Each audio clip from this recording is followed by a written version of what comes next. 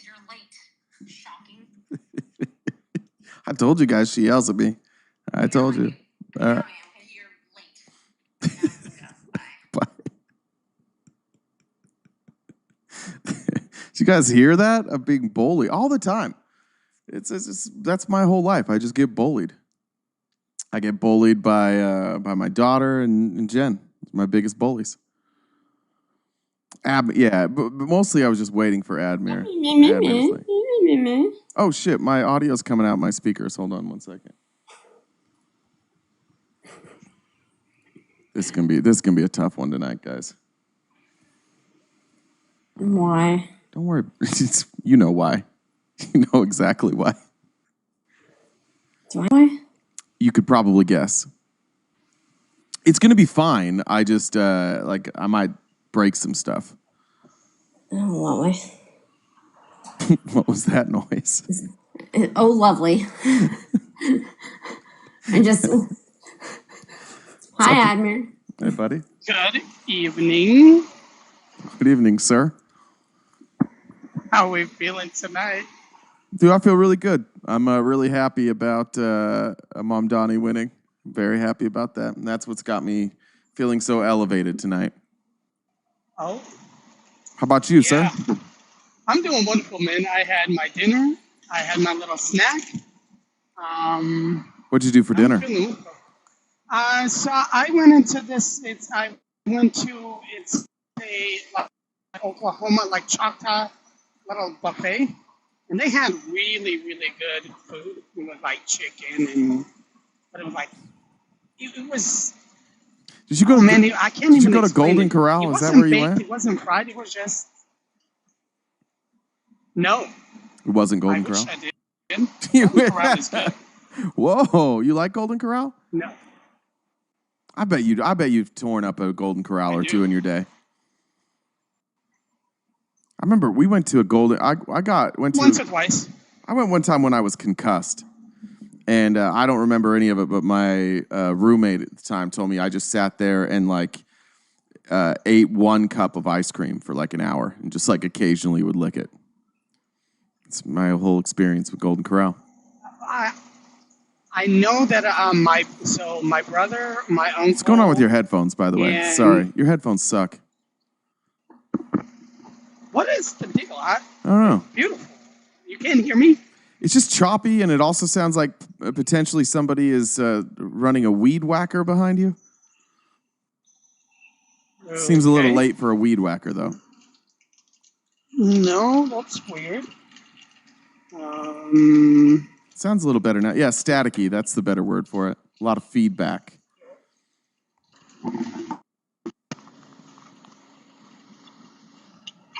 Is this better? Probably. Yeah, I think that sounds a little better. We'll see. I don't know. I don't know. Not sure what's going on. All right, well. I went over to right-wing Twitter today. I haven't been over there for a while. Uh-oh. It's tough. They are not able to hide their Islamophobia over there. It's just coming out. Kind of like actually your live last night. The racism just as soon as somebody gets mad, it just kind of sneaks out. Oh my God. I see in the chat, Admir was out playing with his conservative friends before he came here. So he was hearing it not long ago. Yeah, you've been pissing some people off, man. Hold on. Let's hold on. Let me fix this, and then maybe we can just kind of address it, and then we'll move on. Hold on a second. All right. Oh, are they mad in the... I'm looking at the general chat now. What do you do, Jen? He didn't necessarily do anything. It was like Turn Up and Janae. Janae was more or less calling Mondani a terrorist. So they've absolutely lost it. They have no idea what to do with this. Yeah. So can you hear me better? Is this any better? Yeah, it's fine. Oh, okay. So I guess I've been stirring some trouble up that I'm not aware of. I don't know. I didn't really read it. I just know that some people were mad at you for some. What was it? What were they mad about, Jen? I mean, some of it was like that Admir doesn't stick up for you when it. Oh, that's No. fine. That would be weird if he did stick up for me. That'd be weird. No, I remember what it was. I think you were on a live, baby, and people said something about Erica Kirk, and we like silenced criticism of Erica Kirk. I think that's what it was. Is that what it was? Yes. Yeah. So I brought up a point to say is when you make fun of people and then people turn around and do the very same thing to you, don't bitch about it, right? Don't bitch about it. Because you can't have that same feeling when you have, and this isn't just the left. I've seen some right creators who are making fun of, you can disagree, a widow, and they're posting all of these things. They're, calling all these names. That's just not right. That's just not right. And I said, why would you, what is the point? Yeah, What's the point? I think maybe what people get upset about is like Erica Kirk gets all this special treatment. And I think it's a little bit silly. Like the same people that complain, like I don't know if it was your live. Yeah, it was your live last night. Like before I got up there, they were doing that same old shit where it's like Kamala Harris only got her job because she slept with Willie Brown. Nobody says anything about that. Like that. Why can you say that, but you can't? Sorry, I just think I think it's just like a thing in this country. It's a crying white lady with a prominent husband, and people feel like they can't take those same shots at her. I don't know. It's weird the people that get upset about it.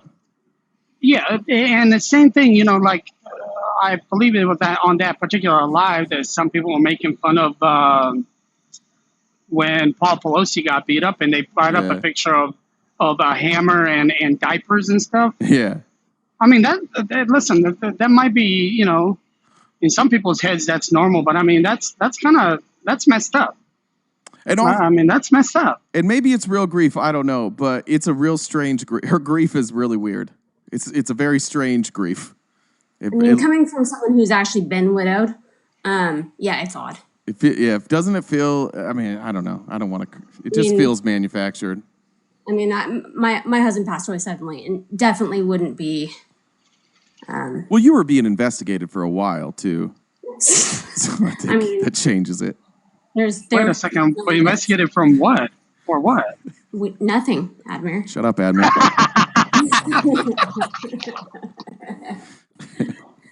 Do you want to go missing too? She didn't mean to. She didn't mean to, guys. She did not mean that. I didn't. Nobody clipped that. You know the song "Goodbye Earl"? You ever heard that song? No. Jen has the lyrics tattooed on her back. No. I didn't have an Earl at all. But anyways. But no, I mean, I think a lot of it is people on the left when they're going to other spaces. I mean, Admir, you're like our token. So I'm token, okay. No, what I'm saying, like someone who's like gone to the.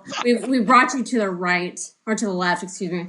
Oh, you brought me to the right. I was gonna say, wait a minute. Left. Brought you to the left, and then they're wondering if you're gonna head back over. So I mean, they're just they are waiting for you to. Sure. So I can address that real quick, and then and I've said this a million times. I think people get this thing because I consider Jay a friend, and I really like what he does. Right? I really do. His show, I really do. But I think people get this notion that just because I consider him a friend and we do these shows, that I must align everything with what he says, right? And no, I don't. And that is okay if I don't agree with everything that he says. What? That's why we can have these conversations. I'm just saying in general, I'm not, you know what I mean? So that's where people are like, well, wait a second, he's supposed to be, with Jay and all of that. Listen, I go to everybody's lives. And unless you hear me say something that is derogatory, something that is off the line, please don't associate me with people who do. He did say, please. I mean, please don't. Yeah, I mean, don't. That's just, it's not fair to me. You know what I mean? And if you hear me say something, then address me. Say, Admir, did you say that? But ever since since I started talking shit about Trump, nobody can sit here and tell me that, hey, I heard Admir say something derogatory. It doesn't exist. And if I'm on a panel where people say something derogatory, don't hold me accountable. Don't hold me accountable because they say something. You know what's cool about the end of this? Like, however this ends, we know from experience that you're going to disappear for like 3 or 4 months and you're going to come back shredded. Just absolutely shredded. And you're going to start doing fitness influencing. So that's cool, man. Okay, that was a little bit low. That was a little bit low. That was a little bit low. Yeah. Yeah. I'm looking forward to that. You're going to be like on lives counting your calories. I'm in a calorie deficit, guys. We got this. Oh, man, that's a little bit fucked. Oh, man. Can you even fathom a calorie deficit? No, but I do know that my wife did a daily intake calorie for me, and she said that I average anywhere between 12 and 16,000 calories a day. Bro, how? That is absolutely insane. I don't think it's insane. I actually think that's average for me. Yeah, it's not insane for you. That's what I'm saying.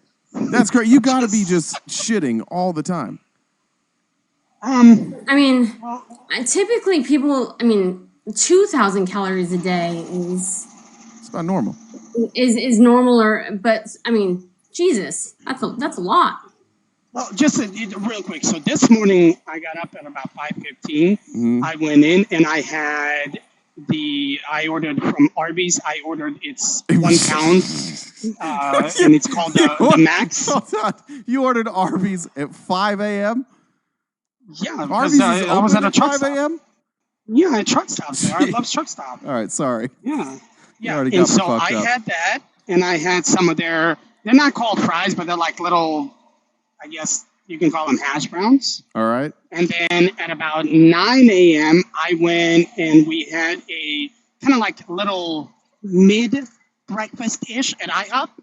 And I had a full order of strawberry French toast, which is 4 toast slices, 2 bananas, and a bunch of strawberries. Sure. And then on the side, I had 2 orders of the Belgian waffles. And it was delicious. Let me tell you something. I'm looking at Amazing. Belgian waffles IHOP. I want to see what an order looks like. It was Admir delicious. Admir is not 7 feet tall. He's like 5'4" and a half. Listen, 5'5.5". Let's not get it twisted, please. You're too compact to twist, I think. It's hard to... The longer, the more you can... Let's not get...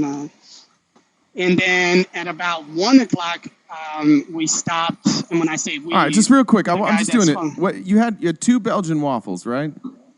Yes, and then a full order of the French toast. All right, so the Belgian with waffles... strawberries and bananas. The Belgian waffles, that's giving you about 1,200 calories. And then you said you had... Delicious. I'm checking this while we go. And then you had French toast with strawberries?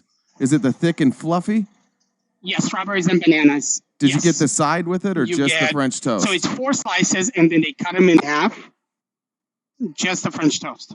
It says it's 2 slices here. Are you sure it's not 2 slices cut in half that makes it 4? Or did you get 4 slices? Did you have... It could be. And then, so it's 2. Yeah, so there was 4 pieces. All right, so there's another 1,000. So we're at 3,200 calories so far. No, it's 4 pieces. Oh, fuck. That's... all right, you're at... you're about 3,000 calories now. All right. What else? And that's just at IHOP. That's did you count the Arby's?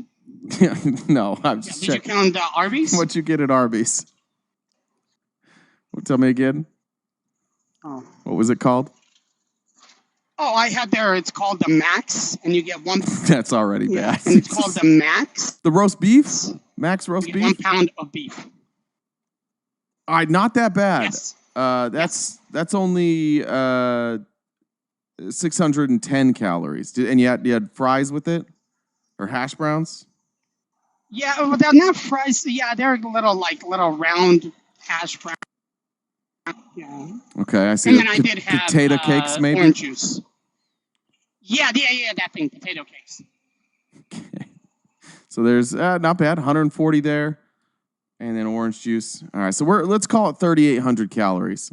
And we're almost to lunch now. All right, next. Yeah, and then an entire day.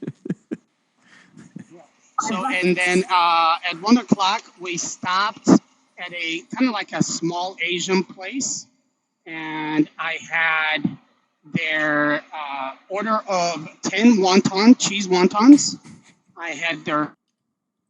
Hold on. And then I had. I'm going to need chat to help me with this because I have to. Like, hold on. I got to do this all at one time. Chat, you're going to have to help me. So that's 10 pieces. That's 620 calories. We're at 4,400 calories. All right. And what else? Duck. And then I had their duck plate. It's like a duck plate, and they have like vegetables and sauteed. Arby's? It was a pretty big meal. All right. No. It's like their duck. It was like, yeah. That doesn't look bad. I don't know. It says at 400 calories, 474. And then did you have rice with it? White rice. All right. So it's about 700 calories. What are we? I've lost track now. What are we at, chat? There's another 700. All right. What's next? 4,500. Thank you. Thanks, Ash. And then for dinner we went to that little Hold on, real quick. And hold on, real quick. Chat, you got to get it together. How does everybody have a different answer? Because crazy numbers. The most popular is 5,100. We're going 5,100. All right, what's next? Yeah. And then so I went to this little place and they have like fried chicken and all that. So I had 2 thighs. I had 2 thighs. Fried, 2 fried. Legs. It's fried, right? Yeah, but it's mixture. It's like I ordered 2 and 2. So I ordered 2 fried and then 2 oven baked. All right, so we're gonna call that the fried, and they were thighs. Is that right? Yes, thighs. So we're gonna call those about 300 calories each, maybe for fried. So 600 plus 5. So add another 1,100. Okay, what else? Yeah, and then I had it's 3 wings, but it had like the leg and everything like all mixed in. Wing like a drumstick or just 3? Like a drumstick, but it had like something on the side. I call it a wing. What the fuck are y'all talking about? Was it a whole wing? Was it a whole chicken wing that just hadn't been cut in 2? We're talking about Admir. Okay. Admir says he eats 16,000 calories a day. And you had how many of those? 3. 3. Okay. Jesus. And then I had their chocolate mousse cake, which was delicious, bro. Oh my god. All right, do you get like a Diet Coke at least on the side, or like a Coke Zero? No, I do Coke. All right, the fried chicken wings are going to be about 700 calories, and then you said a chocolate mousse cake? Yes. Like a whole cake or a slice? No, it was a slice, but it was a healthy slice. I mean, it was a healthy slice. I mean, you mean when you say healthy, you mean large. You don't mean like the. It was large. It was a pretty good slice. We're gonna call that. No, it was pretty good size. We're gonna call that 800 calories. What are we at? And this is lunch still, or was that second lunch? What was that? That was kind of like a mid-dinner ish. Okay, what are we at, folks? This is pre-dinner. It's like 7,700. Technically. All right, what's for dinner? It was supper. Yeah, and then I am on my way, and I'm looking for either. I'm in the mood. Oh, you haven't got dinner again yet? For either. Yeah, no, I haven't gotten technically dinner Let's yet. let the chat choose your meal. I think the chat should choose your meal. Like choose your own adventure? Yeah. Well, so I have an option of either. So there's 3 options. We do have someone in request that is opposition, I think, pretty sure. Remember Clay Barnes? Oh, sorry, I wasn't paying attention. We can pause. I mean, Admir will keep eating, so I mean, this is probably a go-to category. All right. Take it away, Admir. Thanks. Mr. Claiborne, good evening. How you doing? I'm doing good. Good. Is this your first time up here? No, I done talked to him in a couple of years ago. Oh, you spoke to RTP a couple of years ago? Not at all.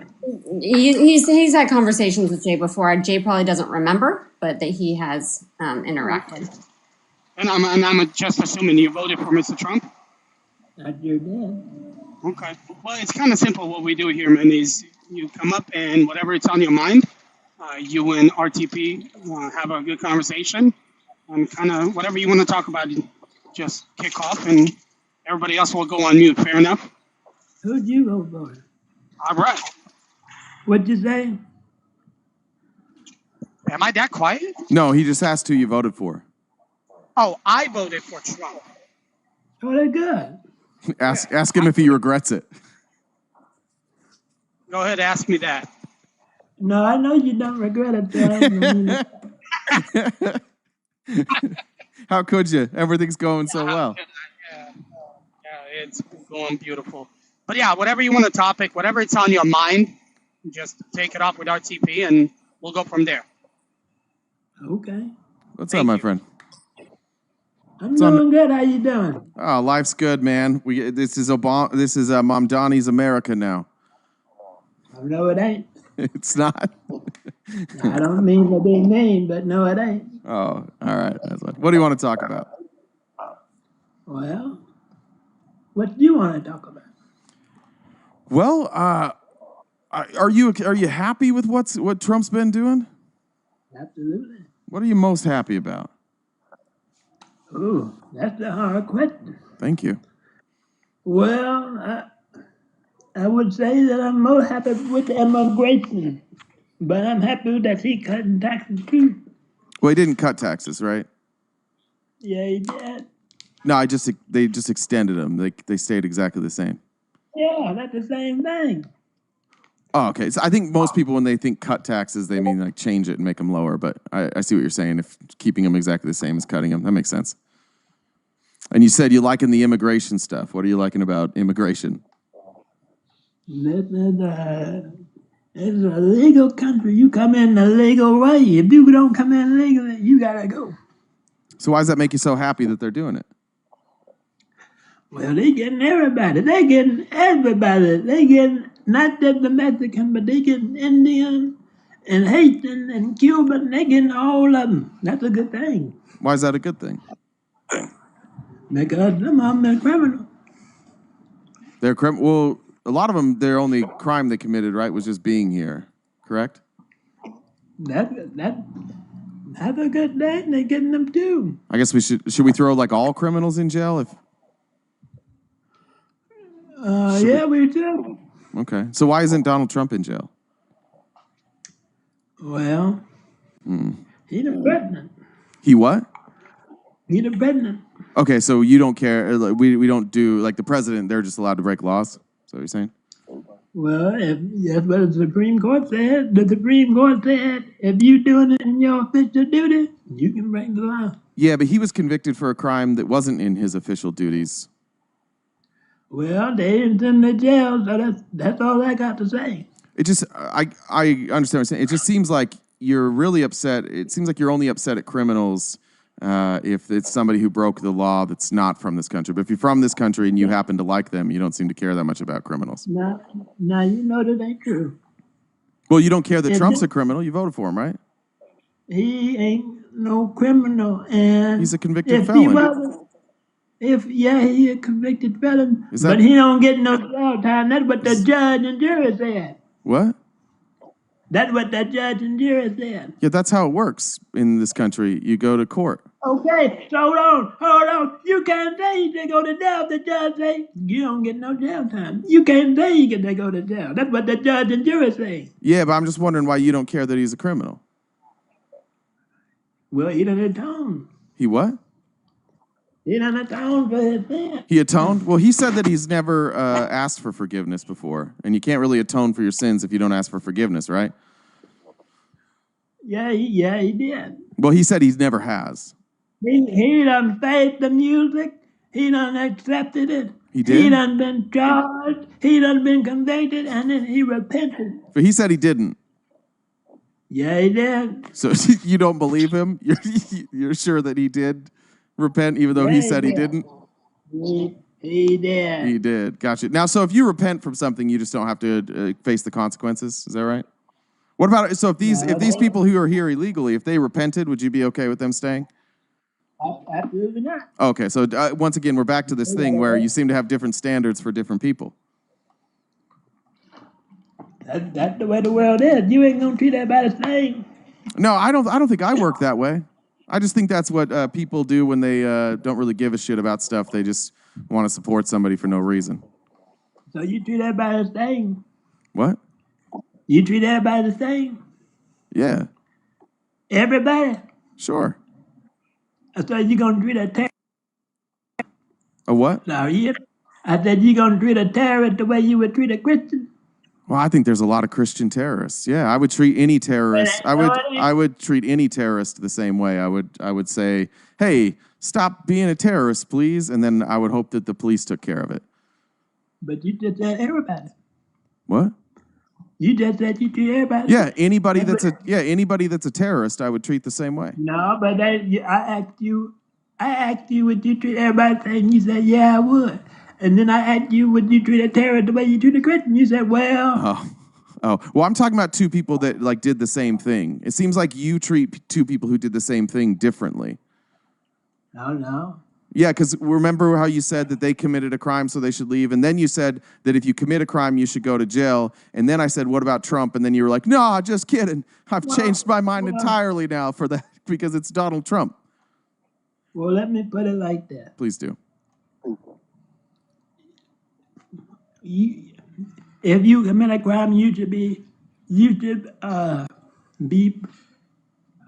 prosecuted. And, what's that? You should be prosecuted.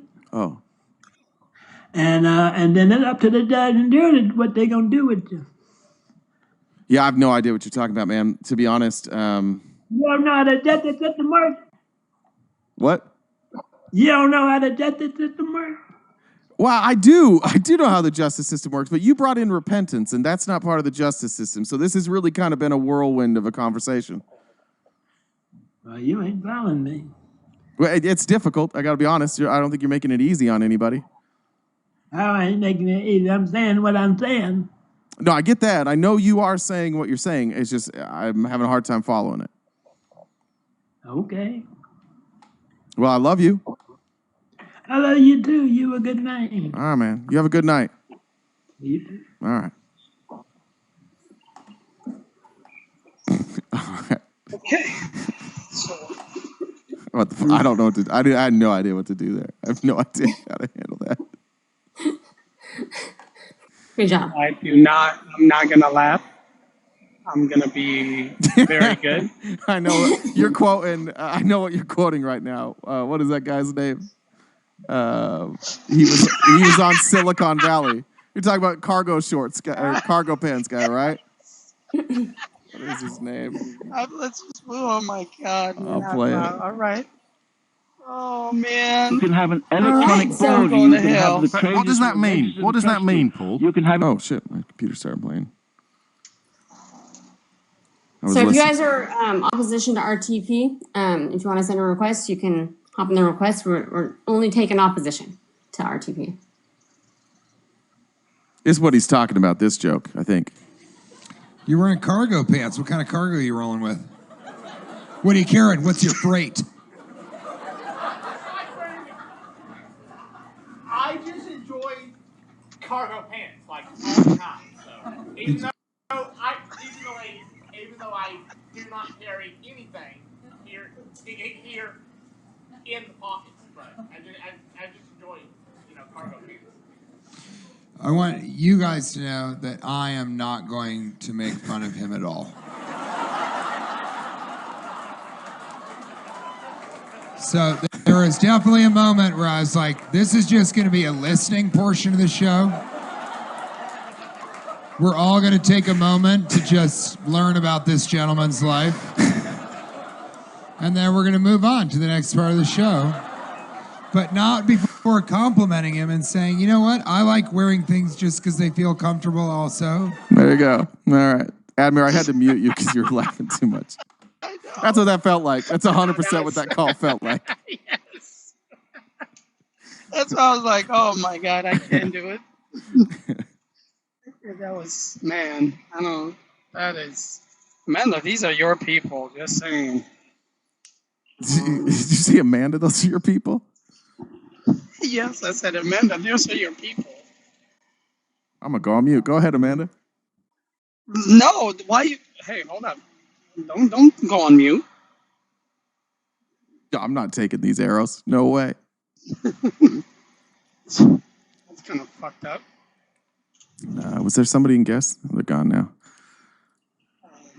I was looking before we went live. Let me pull some stuff. I tagged some stuff on Twitter, so when we had dead air, which I'm sure we'll have tonight.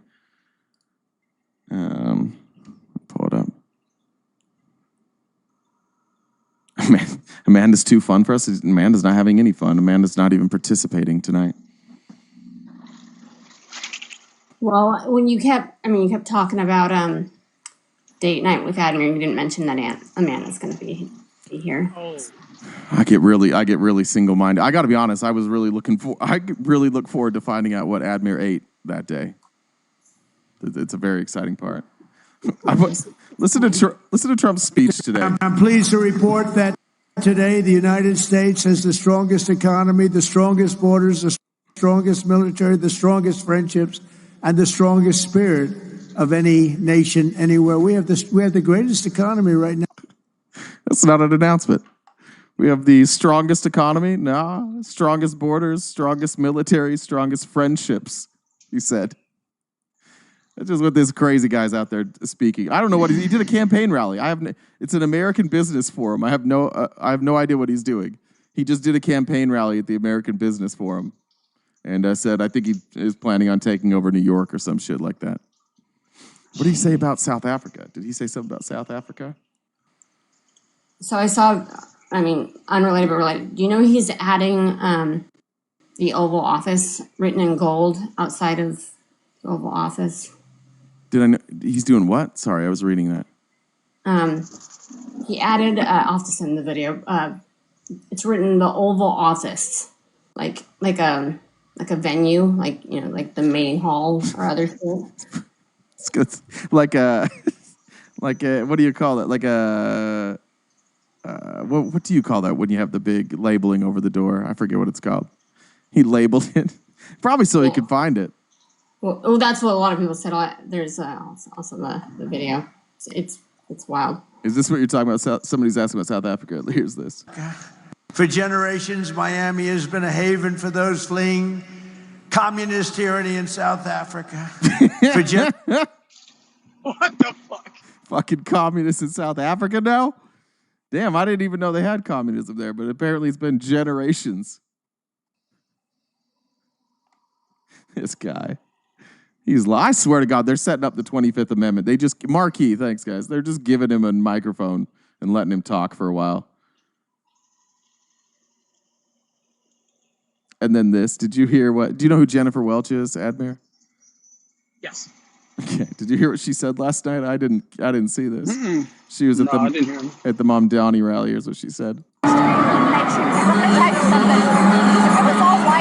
Oh, you can't hear it, actually. It's a lot of background noise. She said, Americans have no culture except for multiculturalism.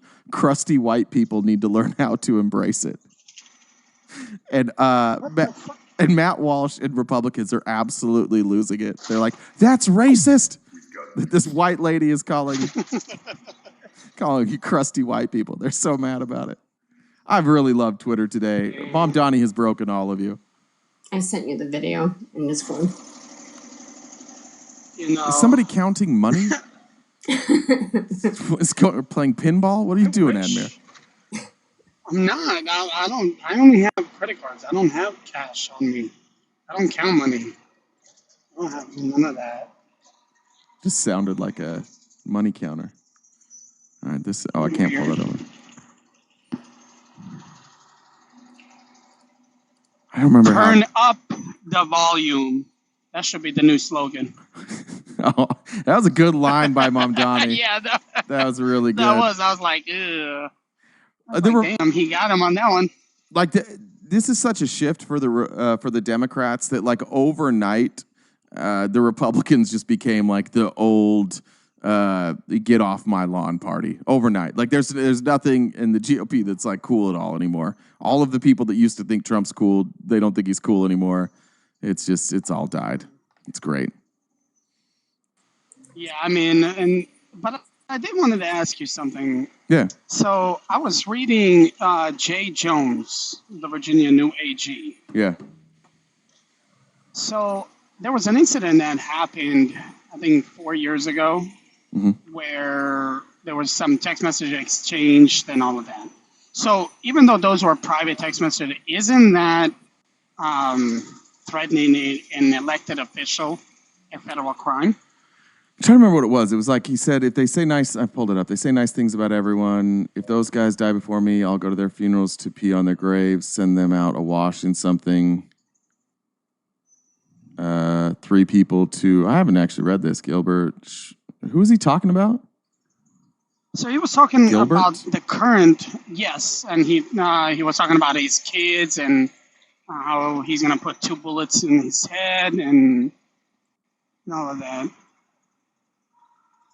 So that was his opponent, Gilbert is? Yes. Did something happen? Let's see. Oh, it's House Speaker Todd Gilbert. The comments quickly condemned by the party. Yeah, like that should have been disqualifying, honestly. I don't think I would have voted for him, to be honest. I saw last night when polls came in, he was underperforming Spamberger. I wouldn't have voted for him. I may not have voted for that position, but I definitely wouldn't have put my name next to that. Yeah, that's odd. That's very... It's crazy when this happens, though, because, like, I think this is the hard part for people on the left, is you want to take this stand, and I do think sometimes it's hard to take a principled stand when you look at the other side and literally nothing they say ever matters, right? Like, this is far from the worst thing a politician has said, but everybody's going to be able to focus on this on the right because it's one guy. It's not the whole fucking party. But like on the other side of the aisle, it's literally like the whole fucking party. Like they've all done like crazy shit. They've all said crazy shit. Like it's not even a news story that Lauren Boebert went to a Halloween party with just like a racist sign on. Nobody gives a shit. So that was brutal. I get why people don't want to talk about it. I don't think it's the right move. I think you should just own it because then I think nobody can really call you a hypocrite. I wouldn't have voted for him. I think they should have probably replaced him on the ticket. I think that's disqualifying, honestly.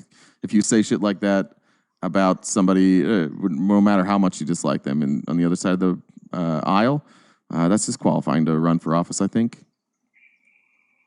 Yeah, that should be, and that just like I was talking to another right creator this morning who lives in Colorado, and we've all seen what Lauren did, and I mean that should raise some eyebrows, and it's something should be done. I don't know what can be done, but when you have a elected official walking around on Halloween with that type of rhetoric, that's not right. Honestly, like nothing should be done. Nothing should. It's our job. I think it's a weird thing that like I feel like Americans have kind of forgotten our role. It's our job to cancel people, right? Like if America doesn't like somebody, then they don't like somebody. But the problem is we become so divided that again we will not cancel people. We have a hard time canceling people on our side of the aisle. That's our job. As a politician, you have freedom of speech, but the consequence should be the people that you represent should be upset that you make them look like fucking racist. Unless you're fucking racist, in which case you don't really care, and you're happy for her to say that and get away with it, and inside you're cheering. And I think more than anything in the last week, we've learned that the Republican Party is far more fucking racist than we knew. Way or let on. We all had suspicions. We all were like, yeah, they let it slide a little bit. Like Mom Donnie wins, and it's just out there now. It's just everybody's doing. I can't go. Like if I go right now to my For You page on Twitter, which Elon so graciously makes entirely right wing, it's just going to be racism after racism after racism. The first thing is Nancy Mace saying real men protect women. Let's go to the next one. Rough night, Clay Travis, rough night for the Jews who control American politics crowd. Jews can't even keep a Muslim mayor who hates them from getting canceled in a city that has higher Jewish population than any city in America. Like, it's just all hate.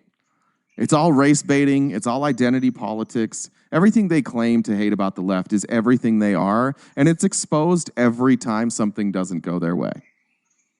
There's this, Glenn Beck is saying that the majority of Mamdani's campaign money came from CARE, which is the Council on American Islamic Relations, a.k.a. what he says, the unindicted co-conspirator named in the FBI's 2007 terrorism finance case. Turn the volume up for this. I don't think you can't be an unindicted co-conspirator as a organization.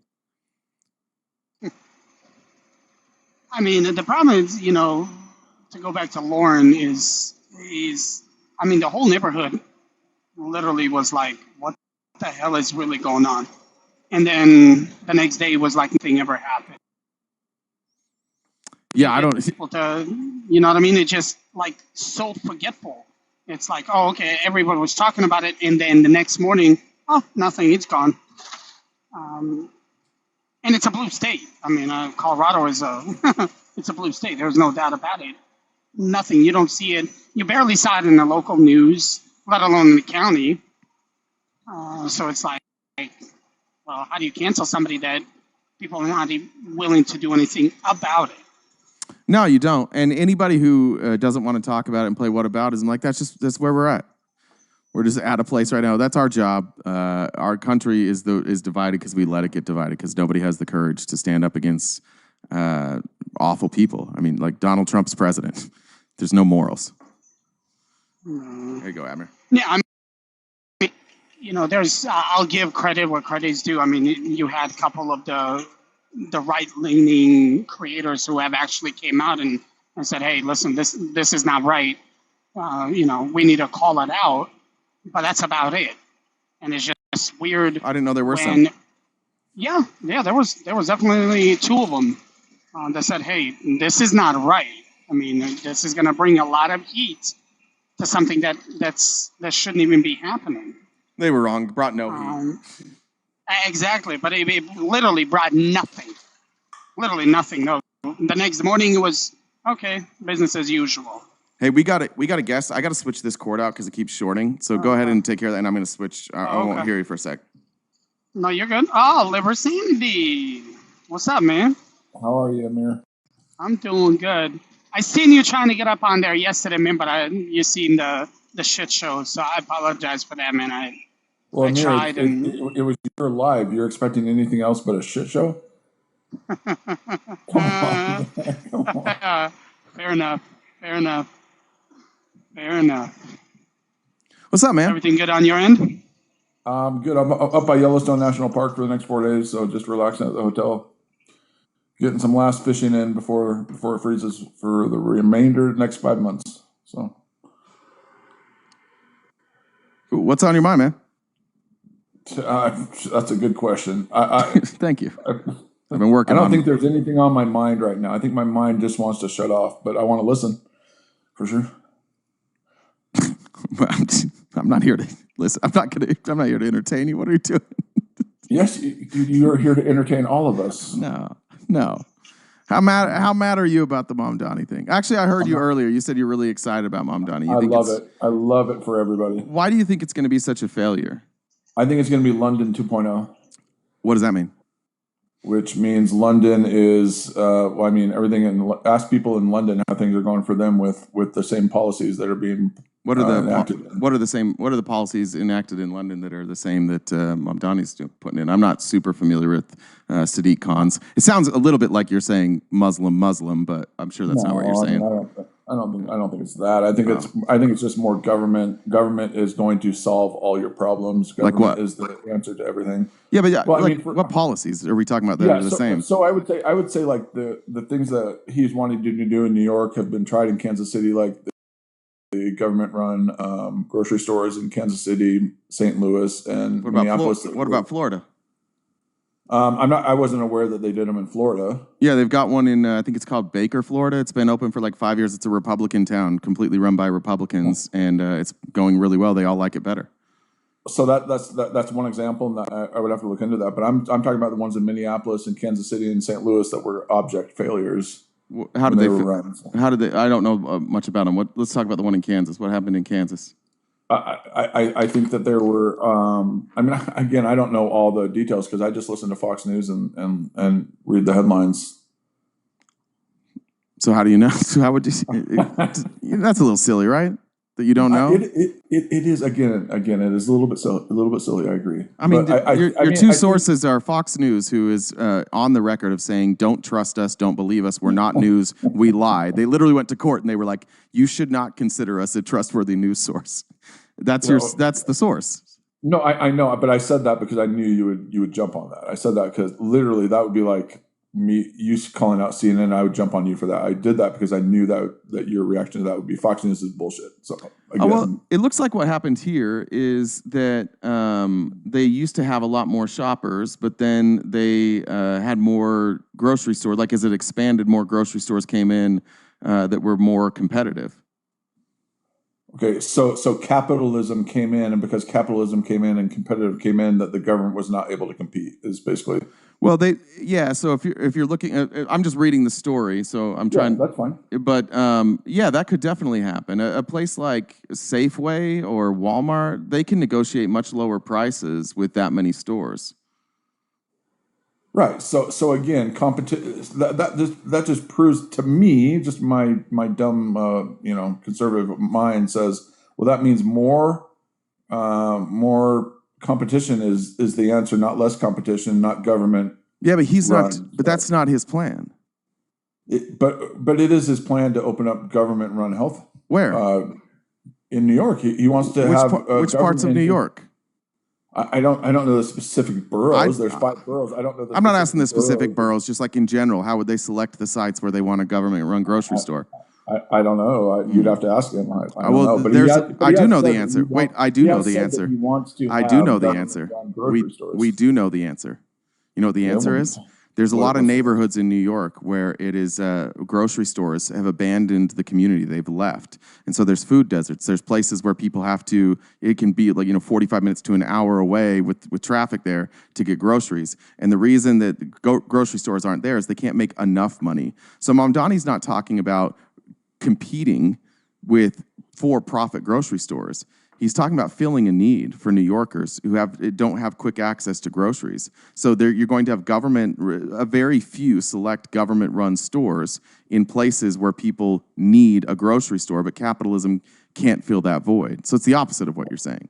Well, again, I'm rooting for you. I'm rooting not for you. You're in Arizona. I'm rooting for the people in New York, man. I'm rooting for you. You do this thing that drives me absolutely fucking insane. Where when you don't know what to say anymore, you just quit the conversation and you go, "I'm rooting for you." Engage with what I said, please. You know what I love about you? If you say something loud enough, you're doing it again. If you say something loud enough, it must be true. You're doing it again. You're doing it again. See what I mean? We're talking about groceries. We're talking about grocery stores. The conversation. Okay, so let's stay on the conversation. We are. And then okay, you went off and you got all mad so like real you quick, do. I'm not mad. I get annoyed at you because you abandon conversations, and it's like you don't want to get to the right answer. So let's go back to the conversation. I'm not interested in. What I get frustrated with you about is I don't care. I don't care. Loud enough. I don't care. Supposedly you're right, and you bring no sources, but supposedly you're right because you say it loud enough. We must listen to you. I don't care about any of this stuff. That's exactly. I know, and I don't care either. So go ahead. Then leave.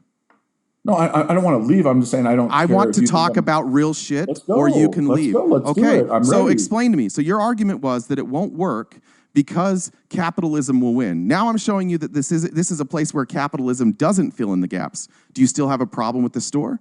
And again, this is what you do. You say because RTP says it. Are you interested in a real conversation? What sources have you brought to prove what you're saying?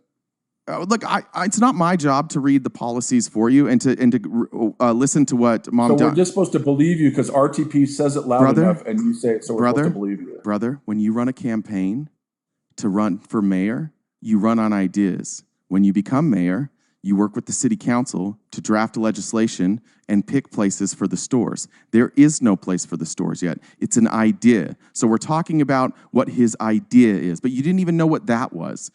So yes, what are you talking about? You said you didn't know. You didn't know where he was going to put grocery stores. You didn't know how they were going to select the places. But I was right about the fact that he wants government controlled. Of course, grocery but stores. you said that it will So I do know fail what I'm because, talking- but I do you know said what it I'm would talking about. fail because the one in Kansas failed. But these are totally different conditions than in Kansas. If you want to Where in compare, if you want to compare conditions, you should look at the one in Florida that dealt with the same conditions, where no grocery store would come there because they couldn't make enough money. And if you go down to Florida, or you look at any place where there was a food desert and the government filled in, those grocery stores work well. Now he could. So now the hold place on, that- almost done. He could fuck it up. He absolutely could fuck it up. But if he follows those principles of making sure to put these stores in a place where other grocery stores aren't available, then it will be successful. It's like anything. It's like any business. So you're saying that the place in Florida that you named is a grocery store desert, that there's nothing within 45 minutes of there? I don't know how far there's. I think that's it was the point. over an hour. But again, we must believe you because you said it. Now you're like, I don't really know. I played it on my show today. I could play the video for you if you like. But your example was a food desert of 45 minutes. Now you're saying, no, well, I said in New York. Say it loud enough, and no, I said in New York. There's people that are having to travel about 45 minutes or more to get groceries. It was a general number. That wasn't about Florida. That was about New York. You just mentioned Florida, and you said if they follow the policies and the stuff that happened in Florida, it will be successful. But we don't know if in Florida, if there's a food desert where you have to travel 45 minutes. There is a food desert. I don't know exactly how many minutes away the other closest grocery store is. But so again, it could be an hour. It could be an hour and 5 minutes. It could be an hour. No, it's irrelevant. The principle is the same. It's not. What's different about the principle then? The difference is you have no idea how far. No, what's different about the principle?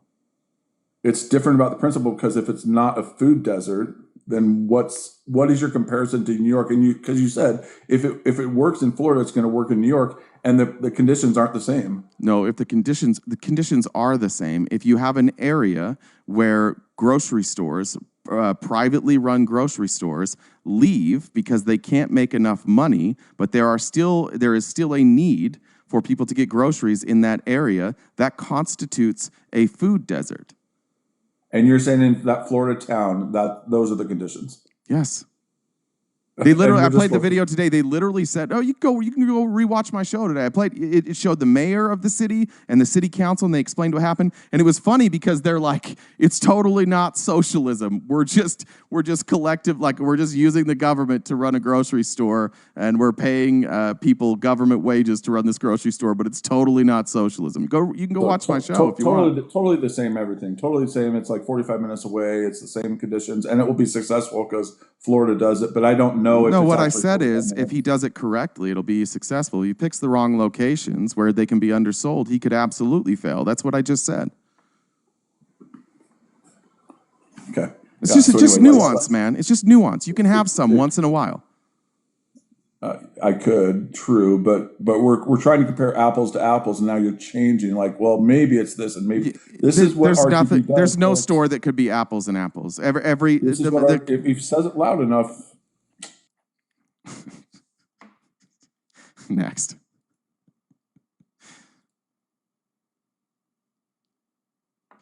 So I see a Greta in request. Are you opposition to RTP? We're only taking opposition. If you're not, please hop out of requests. I am opposition. Yes. Okay. What's up, Greta? I'm sorry, I don't see it. So I don't see your name. Sorry, for whatever reason I don't see your picture. What's your name? That's weird because I only see his name but no box. Yeah, I don't see his picture yet, but he's in the box. So. Oh, I see it now. Sorry. Okay. Sorry about that. Oh no, you're good. Really quick though, I want to thank Daniel on YouTube for the super chat. Thanks, Daniel.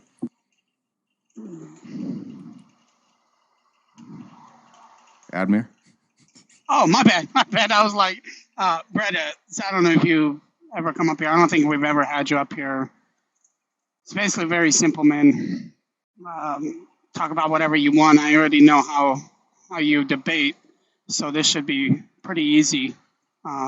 Just pick any topic and whatever you guys want to talk about. The only time that Amanda or Jen and I will kind of butt in is if one of you guys kind of gets out of pocket. Fair enough? Fair, very fair. All right, man. We'll take it off. Hey, hold on. What did you say? Did you say take it off? Yeah, I said, fair enough. Take it off. Like, It's gonna get good. it is. What's up? Is it Brita? Is that how you say it? Brita, Bretta? It's Bretta. Bretta. Nice to meet you. Bretta. Yeah, Bretta. Pleasure to meet you. So I see you have this guy that wants to burn my city down, and you got a smile on your face. Ear to ear, watch baby. my shit burn. Ear to ear, baby. I mean, I love my city, man. Why You do think he's wanna gonna burn my it city down? Yeah, man. What makes you nervous about him? I don't believe that you can control prices of any space or commodity in such a high demand city. Are you talking about high demand rent? Is that what you're talking city. about? Like rent controls? Rent, food. Well, he's not. He's not everything he advocating wants for to do. controlling prices of food, right? It's just rent controls. It's a rent. He's proposing a rent freeze. That's pretty easy to do, freeze on isn't rent it? stabilized apartment. That's pretty easy to do, You isn't it? you can rent freeze rent stabilized apartments.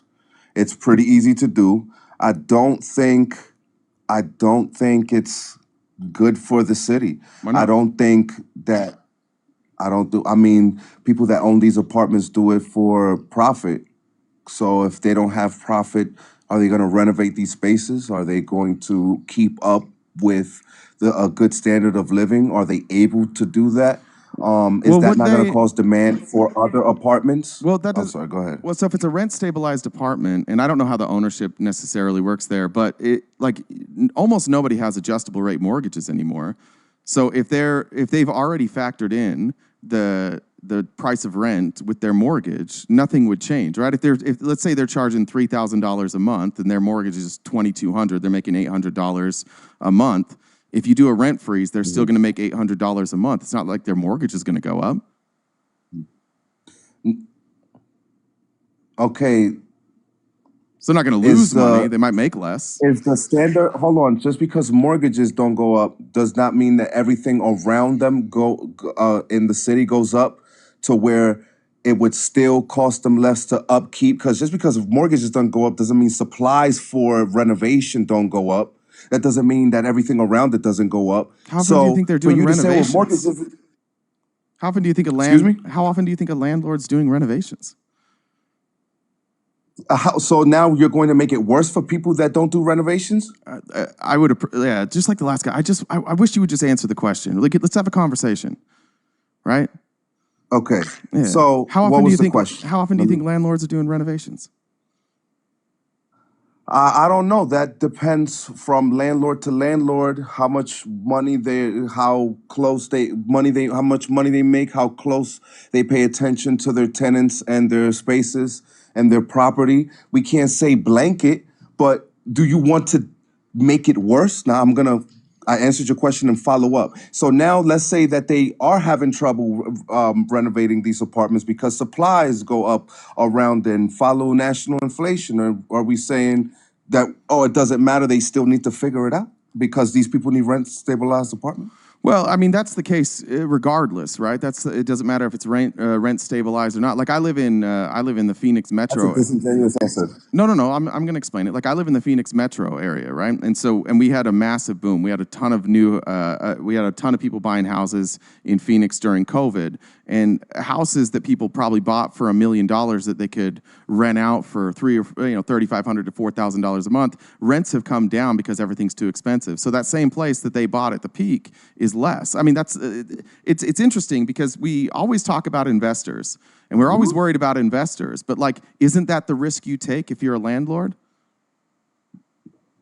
So why would you punish free capitalists or people? Why would you punish that are renters? trying to?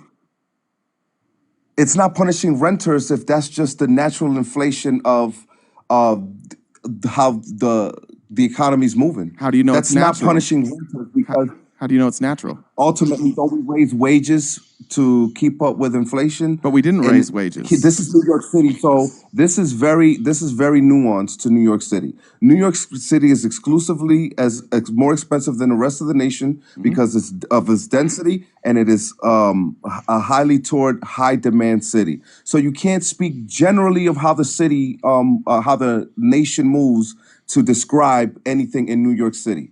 It's just, right? to me, it's just an incomplete hold- way of looking at it, right? Like, I understand what you're saying. Like, what if economic indicators change? So why don't we do things about like making sure that wages rise with inflation?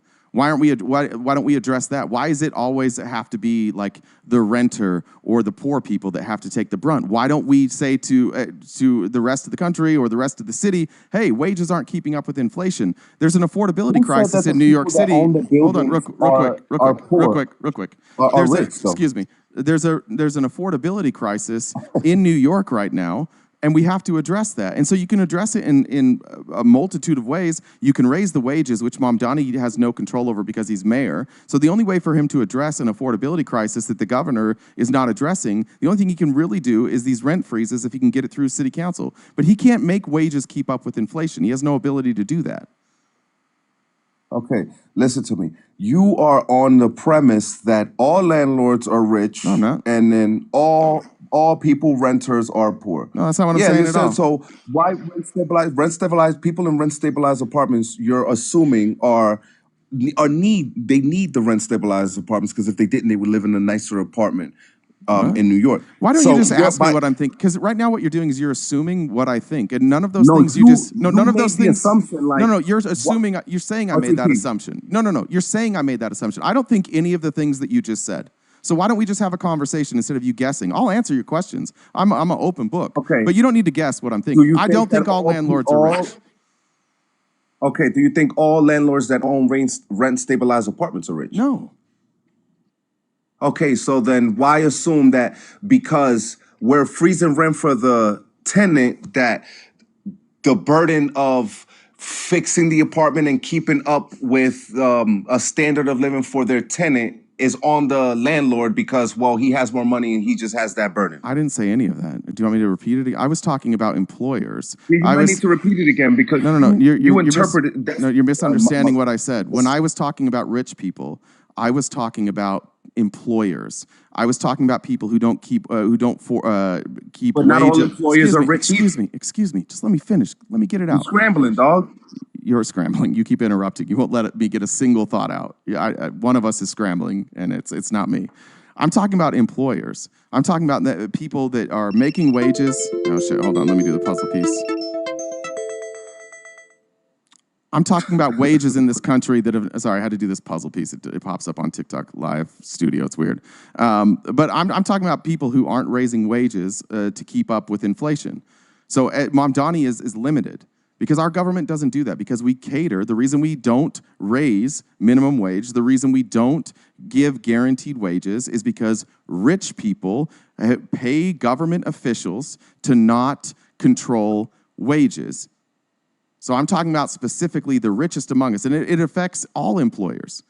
But I'm not blaming them for that. I'm blaming the people who pay politicians to write laws. If our government's not going to make sure that wages keep up with inflation, then the only thing we can do is control like the price where we can, which could be rent, which could be taxes, any sort of city ordinance. The price of rent. Yes, you can. You can do rent freezes. That's why he's only freezing rent stabilized apartments. He can't control the price of rent either because that's a free market. No, you can't tell all landlords to stop. I didn't say he was freezing all rent. I didn't say he was freezing all rent. We're talking about rent stabilized apartments here, bud.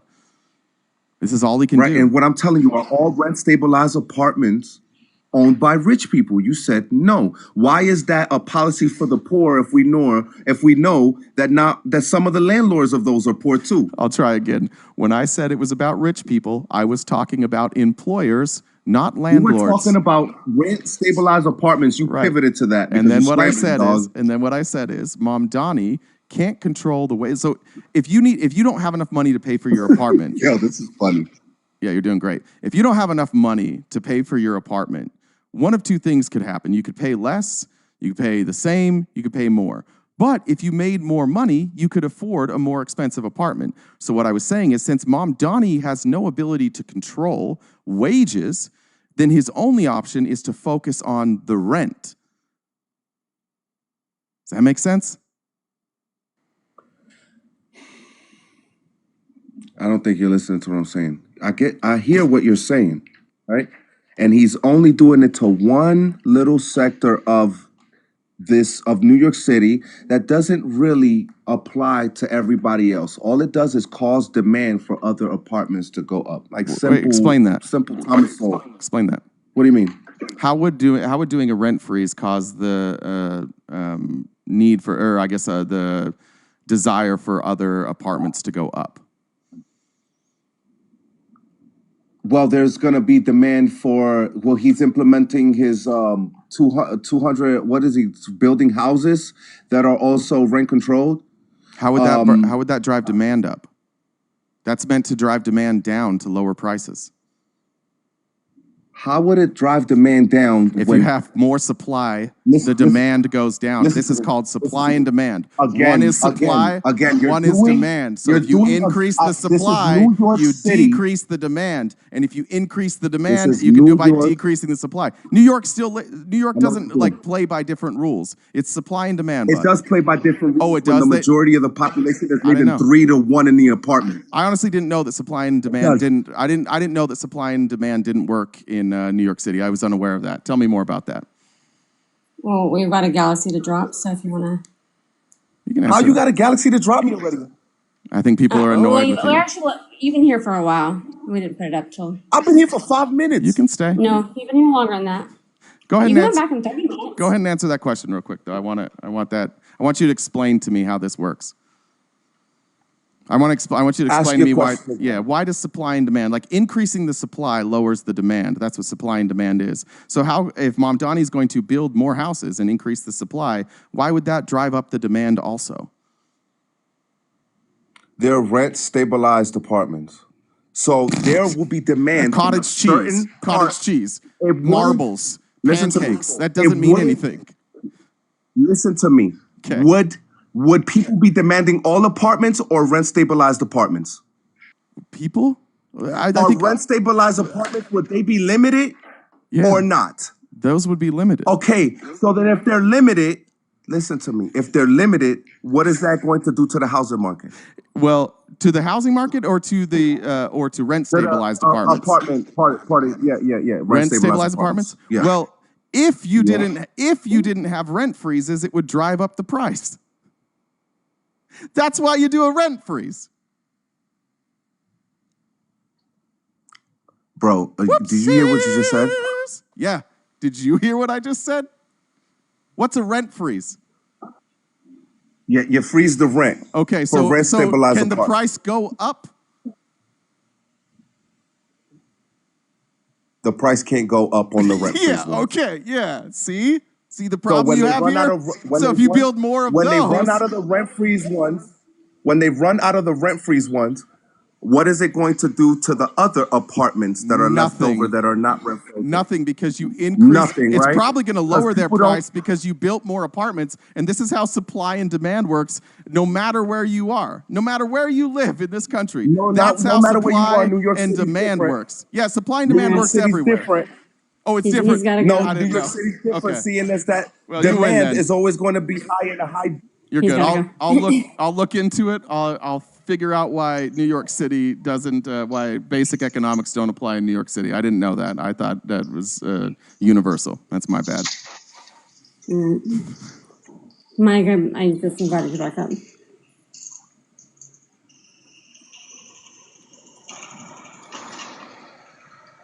Again, he's been around, right? It looks like he's been kicked for lots of different lives, it sounds like. I don't know. Do we kick him and then nobody's here? Well, Mike was in request, and I just sent him an invite. Oh. So. I loved that.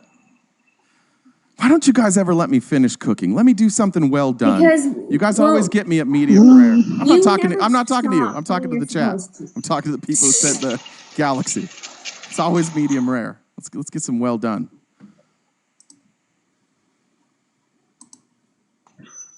Wait, a well done steak? No, a well done Republican.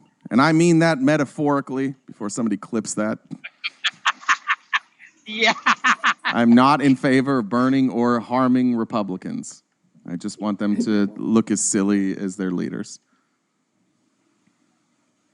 Well, now what do we do? Mike, where'd you go? Hold on, let me get in touch with Mike. Hold on. Hold on. Before Admir eats them. I just saw a message, Mike, Admir. Oh, I see. Yeah, Mike just messaged. There you go. Ah, for fuck's sakes. What's up, Hoodie? Dan, he said somebody. What's up, Jay? How are you, man? I'm good. Are you reveling in the win of yesterday? I've been hard for 24 straight hours. It's unbelievable. Oh, all 3 inches. I'm proud of you, bro. That's right. I'm almost stretching out these shorts. Damn near. Well, I think that as usual, the Republicans don't come out in these special elections. We had a lot of things that were predictable. Very disappointed in Virginia for electing their AG. I don't really think that's Is that Jay? the right guy. Is that Jay? Whatever his name is. Yeah, the Yeah, text guy. I hadn't seen those texts till Admir brought them up today. I wouldn't have voted for that guy either. That's Right. pretty gross. Yeah, kind of goes against the whole. We don't put our people on a pedestal, but I mean, I'm just saying. What is it like to not have any standards for your politicians? Is that a pretty cool way to live? Like, you just get to criticize the left, but then you don't have to have any standards for yours? Well, I mean, if let's just say what would have happened if Donald Trump would have sent those texts? Fucking nothing. Not one goddamn thing. dude. We would have been mad about it, and you guys would have been like, it's owning the libs. I love him even more. It wouldn't have changed. He might have got more votes. You guys would have lost your shit. Yeah, but Jay. you wouldn't have. You would have thought it was cool. I would have thought that it was pretty low bar, and it would have made me question some things. I don't think so. Dude, he sexually assaulted somebody, and you guys didn't blink. Come on. I don't want to go down that rabbit hole. I know Jay. nobody really ever don't. wants to go down that rabbit hole. Nobody ever wants to, because Trump's always innocent, even when he's found liable. Nothing he did is ever, he's never wrong. Yeah, like, I get it. It's just got to be nice. I was a Republican once too, and I got to pretend that I had standards, and I didn't, and it is easier. It sucks. I agree with you, though. I don't think, I don't know when did those texts come out? How long before the election did those texts come out? It was like a month ago. Man, I wish they would have replaced him. I wouldn't have voted for him, and I think if I would have known those texts, I would have probably talked about it more. I wish people would have. I think that's pretty shockingly bad, to be honest. Yeah, with the governor debate between the Democrat and the Republican candidates, she tried to bring it up a couple of occasions, but the moderators were definitely one-sided, didn't let her get that information out to the masses, which was disappointing to watch. No, that's too bad. I guess that was their only shot to win. They couldn't win on ideas. They had to. I don't know. I mean, it was more of an anti-Trump vote than a policy vote anyway. That's true. Yeah. Yeah, I think the exit polling showed like 67% or something. It was crazy. Yeah. Yeah, sure. People really don't like fascism. They're really opposed to that. It's not, Jay. It's not fascism, brother. Come on. What are you talking about?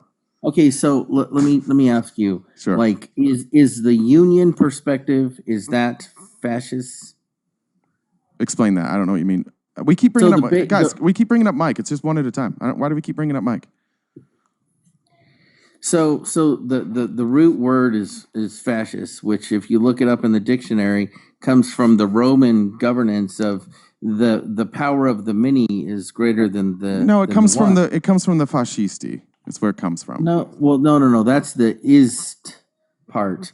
I'm talking about the root word. It's but when we talk about fascism, right? fascism, we're talking about the fascisti and other political movements that are similar to it. So when I'm using that term, I'm using it to compare Donald Trump to other fascist regimes. Which would be one, which is Mussolini. Which it would also, Hitler was also a fascist? No, I think that he was more of a dictatorship. Well, you could 100%. be a fascist could also be a dictatorship. Well, I think that he was authoritarian, like more than a fascist. Fascists are authoritarian. Okay, then what would be the one definition that you would be able to lump Mr. H-Man into Mussolini's perspective of governance.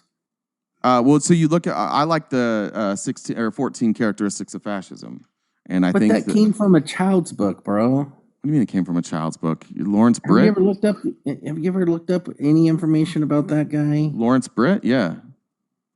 Come on. That was a child's. You think that was a child's book?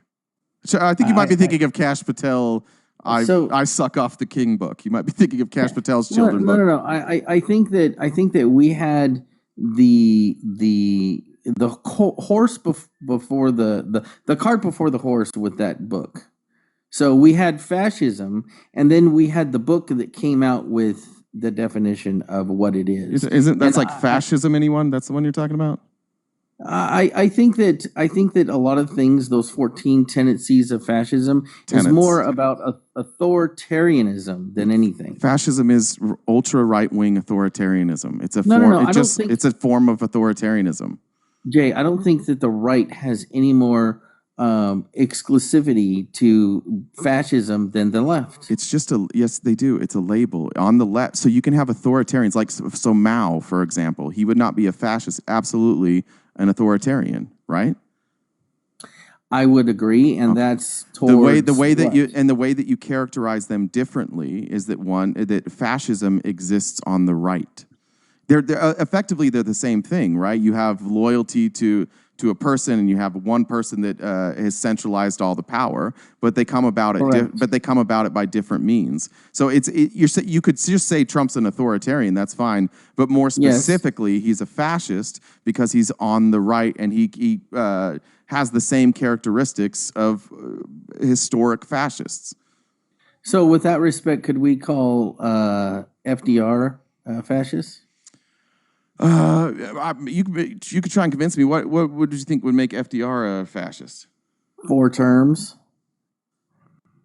Why would that make him a fascist? That was you were allowed to have 4 terms then. Yeah, but implementing the government system of the New Deal, which basically gave the federal government like enormous amounts of power. Well, yeah, FDR was different. Like FDR was definitely an authoritarian. He basically went into office and he's like, I don't give a fuck what anybody says. Like I'm going to do this. But I would say that his policies were more social programs. I think his policies came more from the left. So I would call him an authoritarian. I wouldn't call him a fascist. Now, and I think a lot of people look at FDR as a hero, despite the fact that he was an authoritarian. And I think that sometimes happens, and I'm not a fan of authoritarians. But if we're going to look at an authoritarian, we should also look at their record. Trump's bad. He's a dog shit president. Well, some could argue that FDR's policies is the reason why we're $38 trillion in debt today, minus, I don't know, good luck maybe with that. A couple of wars. Yeah, make that argument, please. Well, I mean, the top 5 expenditures of the federal government is Social Security, Medicare, Medicaid. Yeah, but those are paid for. That's not debt. Well, it's not paid for because they took the money, right? No, well, they took some, they put it in the trust, and then they borrowed from the trust, but it's paid for. Well, I mean, you have less. Wait, but let's be honest. 60% of our debt comes from the Bush and Trump tax cuts. Most of our debt didn't even accelerate. Like, we were good until trickle down economics. Our debt accelerated in 1982. And we have done trickle-down economics ever since 1982. For anybody to blame anybody but Ronald Reagan and trickle-down economics for our debt is just like, it's just revisionist history. You can't blame FDR for that. That's silly. These programs were meant, and the way he set them up is that they were revenue neutral. So they wouldn't add to the debt. Yeah, you'd have to pay more in taxes, which was fine. It created the greatest middle class the world has ever seen. That's what FDR did. Donald Trump and trickle-down economics and Ronald Reagan, they've destroyed the middle class, and we have debt. So the different perspective that I have is that monetary policy change in the early 70s to devalue the dollar. You're talking about when Nixon took us off the gold standard? Yep. That was that's the introduction of trickle-down economics. He kicked it off, and then Reagan came in and finished the job. So there's 3 things. There's that. There is the financial investment opportunities for people that had money to make more money. Okay, with IRAs. What do you mean by things that? like that. Like investment? Well, yes, correct.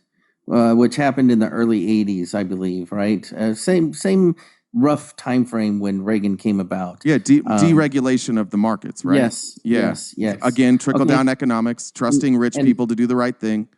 And then the third thing for me is both Iraq, the second Iraq, and the Afghanistan conflicts, collectively $20 trillion on those two conflicts alone. Yep. And that was things, we got dragged into Iraq by Benjamin Netanyahu and Dick Cheney. Rest in hell, Dick Cheney. I agree. Yeah, this the same exact type of policy that Donald Trump has is what got us in. Like Donald Trump's talking about going to Venezuela now. He's talking about going to Nigeria now. These are the exact same policies. The interesting thing about Trump is he ran on in 2016, he was this outsider, and he criticized everybody for regime change wars and for he didn't say regime change wars, but the Iraq War and not being America first. And ironically, he's doing the exact same thing that they all did. He's doing it's a replay. I don't understand how people can be like, I don't like George Bush, which is almost everybody that voted for Trump, and then they're like, I like Trump. It's the same policies. Dick Cheney would have been thrilled with it. He's probably if Donald Trump wasn't so mean to his daughter, Dick Cheney would have been on Fox News every day just saying how great he was. Can you believe this? Donald Trump's given military contracts to all of his friends. This is amazing. I mean, isn't he doing that? He'd do the same thing. He's only giving military contracts to his friends. His own fucking son is getting military contracts. Dick Cheney wishes he could have done this. This is why I like you, Jay, because you make me laugh. You do. That was funny. That was good. That was good. Thank you. I appreciate that. I think that to some degree you are correct. I think that this Venezuela kind of mirrors a whole lot of like Panama without the oil. For the most part. But at the same time, we do have a narco state situation going on. No, we don't. No, we don't. That's a lie. Think so? No. 5% of the drugs that make their way into the United States come through Venezuela, and it's in trafficking routes, and it's mostly the snow type. It's not the fentanyl. It's 5% of all the drugs that make it here at some point are trafficked through Venezuela. It's a tiny this is about oil. This is crazy. This is the exact same as Iraq. They pretend it's about something else. It's about regime change and putting in a leader who's going to be friendly to U.S. oil companies, which is exactly why Trump slapped sanctions on them his first go-around. And that's not to say Maduro's a good guy. Maduro sucks. He's a dictator, but Donald Trump doesn't give a fuck about that. He likes dictators. He loves Bukele. Bukele is a dictator. But why does he love Bukele? Because he does stuff with Trump. Maduro. Well, I think. Go ahead. But Bukele, he worked through the system of governance through voting and the citizens to make effective change. Allegedly, through even with the Supreme Court and whatnot. So wait, Bukele has been accused of rigging just as much as Maduro. And using force. He arrested a bunch of his political. I mean, he basically jailed like half the country. The MS-13 and the others, yes. Listen, there's way too many of that. There's way too many people that he's thrown in jail to legitimately believe that those are all gang members. That's crazy.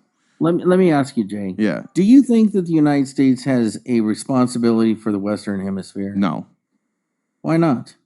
I think we have a responsibility to be good neighbors. I think that's what we have a responsibility to do. And historically, we've been good neighbors. And we literally, I saw a poll the other day that the most respected country in the entire world is Canada. And Donald Trump can't get along with them. He seems to only get along with psycho dictators. I think our responsibility is to be good neighbors, to work, to have fair trade. And I think historically, the United States has really tried to do that, both Republicans and Democrats, at least for the neighbors surrounding us, but not Donald Trump. Donald Trump is an absolute sociopath. He worships dictators. He's such an absolute pussy when he talks to Xi or Putin. He sat there on the tarmac looking like a fucking loser all by himself for 5 minutes clapping for Vladimir Putin. And then he hates Mark Carney, who I don't really like Mark Carney that much either. But no, Mark Carney is a tool for the globalists for sure. So is Trump. Trump is the best tool the globalists have ever had. Well, I think that Trump respects a strong leader, right? And Define what globalist means. What? Can you define? I want Hoodie to define globalist for me. I think he's using it generically. No. I can define it. I would say that it would be the global banking elite of the central bank. That's globalism. So you're saying that there's like a one group of people that is controlling the entire world? I would say that, you know, there's a select group of families out there with like centuries of collected, you know, money. Yeah, absolutely. So you mean like from the book of the Elder Zion, which is an anti-Semitic Jewish conspiracy theory? No, I would. I know you've been called out for this before. Let's not do that. like- Chen, we're derailing this conversation. For example, like the I don't wanna Cologne do this. family, right? Like that would be one of the families that I don't think that we would get in trouble on this app for saying. The Cologne family is very, very, very, very rich and own a lot of what we would consider America. So Yeah, but the richest people in America, the people that control, I mean, JP Diamond is one of the most powerful human beings on earth. He's right there, like directing what to do with Trump, and now Trump is making it possible for all these same people who facilitated the collapse in 2008 to not only control our banking sector, but now they all control crypto too. And then he has partnered with some of the most evil people on earth, including the Saudis who funded 9/11, to take control of cryptocurrency while they openly bribe him. Like, this is the most globalist president we've ever had by miles. I would argue that Diamond and Fink are middle management for these people that I'm referring to. They are the ones that, you know, you see in public. But even if they were, Trump is doing their bidding. I don't think that we're really leaning into central banking.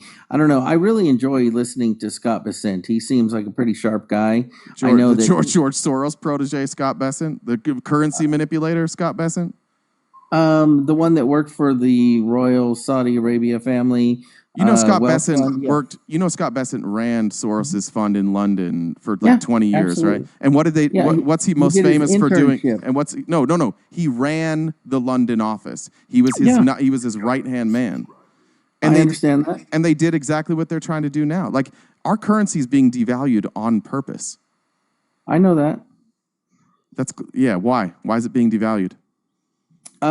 Because we need a monetary system that actually holds value. The issue with a lot of people stressing and having issues with their day-to-day life is the fact that the money that they're getting paid with, it has no more purchasing power. Why? I mean, why? Failed monetary policy. Like what?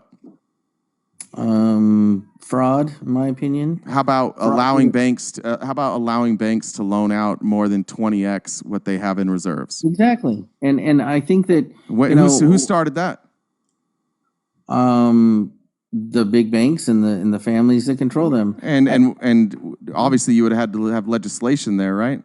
Well, I think that we have Tier 4 banking. We have the ISO 222 standards coming online. We have the Genius Act that all of these things are designed to prevent these types of things moving forward. This happened even before Trump how would came any into of those office. things prevent the I think Trump's accelerating it. I think not only is Trump accelerating it, he's doing two things right now. He's giving people an out with cryptocurrency so they can get away from these bad loans. He's devaluing our currency. Scott Bessent's trying to devalue our currency because all the richest people in this country are sitting on trillions of dollars worth of bad loans that are about to go bust, and there's no collateral on them that they can collect on. And so Trump is giving them an out with deregulated cryptocurrency so they can go and they can load up on cryptocurrency. They can do it fraudulently if they want. Then he's going to create a Bitcoin reserve, and then he's allowing all of these people, he's lowering rates so these people can get some liquidity, and they're giving themselves a short position. So when the markets crash, we're all fucked, except for them, because they've created a net neutral short position, and they control all of the cryptocurrency. So then they get to say, oh, it's our monetary system that failed. Move to this one. So they'll escape all of the damage that they did. We'll all pay for it. Somehow we're also going to pay for this cryptocurrency reserve that's going to artificially prop up the price of their cryptocurrency, and that we're all just going to be left holding the bag. This is the most transparent Scott Bessent get out of jail free card you've ever seen, and they're all bribing Trump openly to do it. That's why none of the, like, they don't even care. They're just all doing it out in the open. They're bribing him to make sure that when this all crashes, this market that they have completely fucked up, that they're going to be okay, and we're all going to be left holding the bag. So I'm not 100% disagreeing with you, but I would ask you the one, or maybe the most important question, and that is why?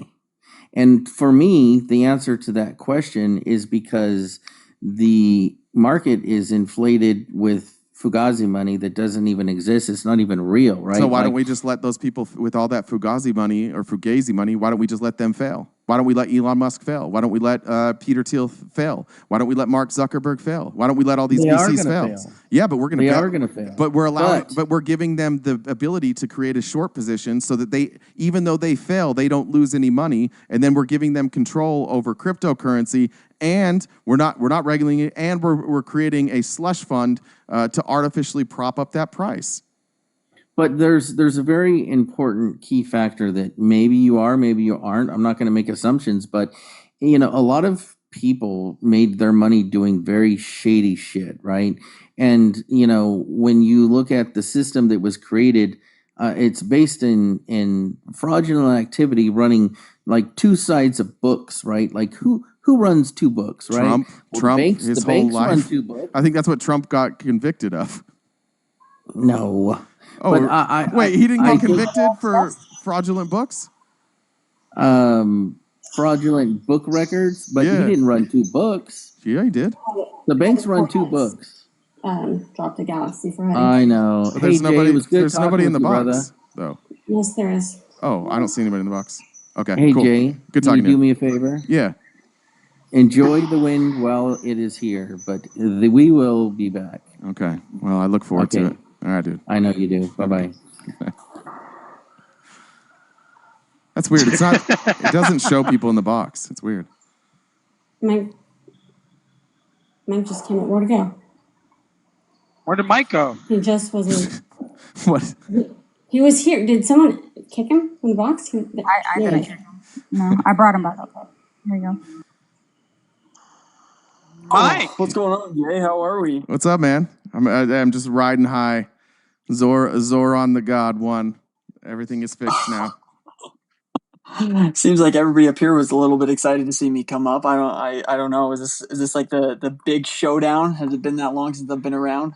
I don't know. We had another guy that wasn't fantastic, and then you were requested. They wanted to get rid of him, and then you ran. So then we had no one in the box. That's all. I did run. I did run. Good. It's important to get cardio in.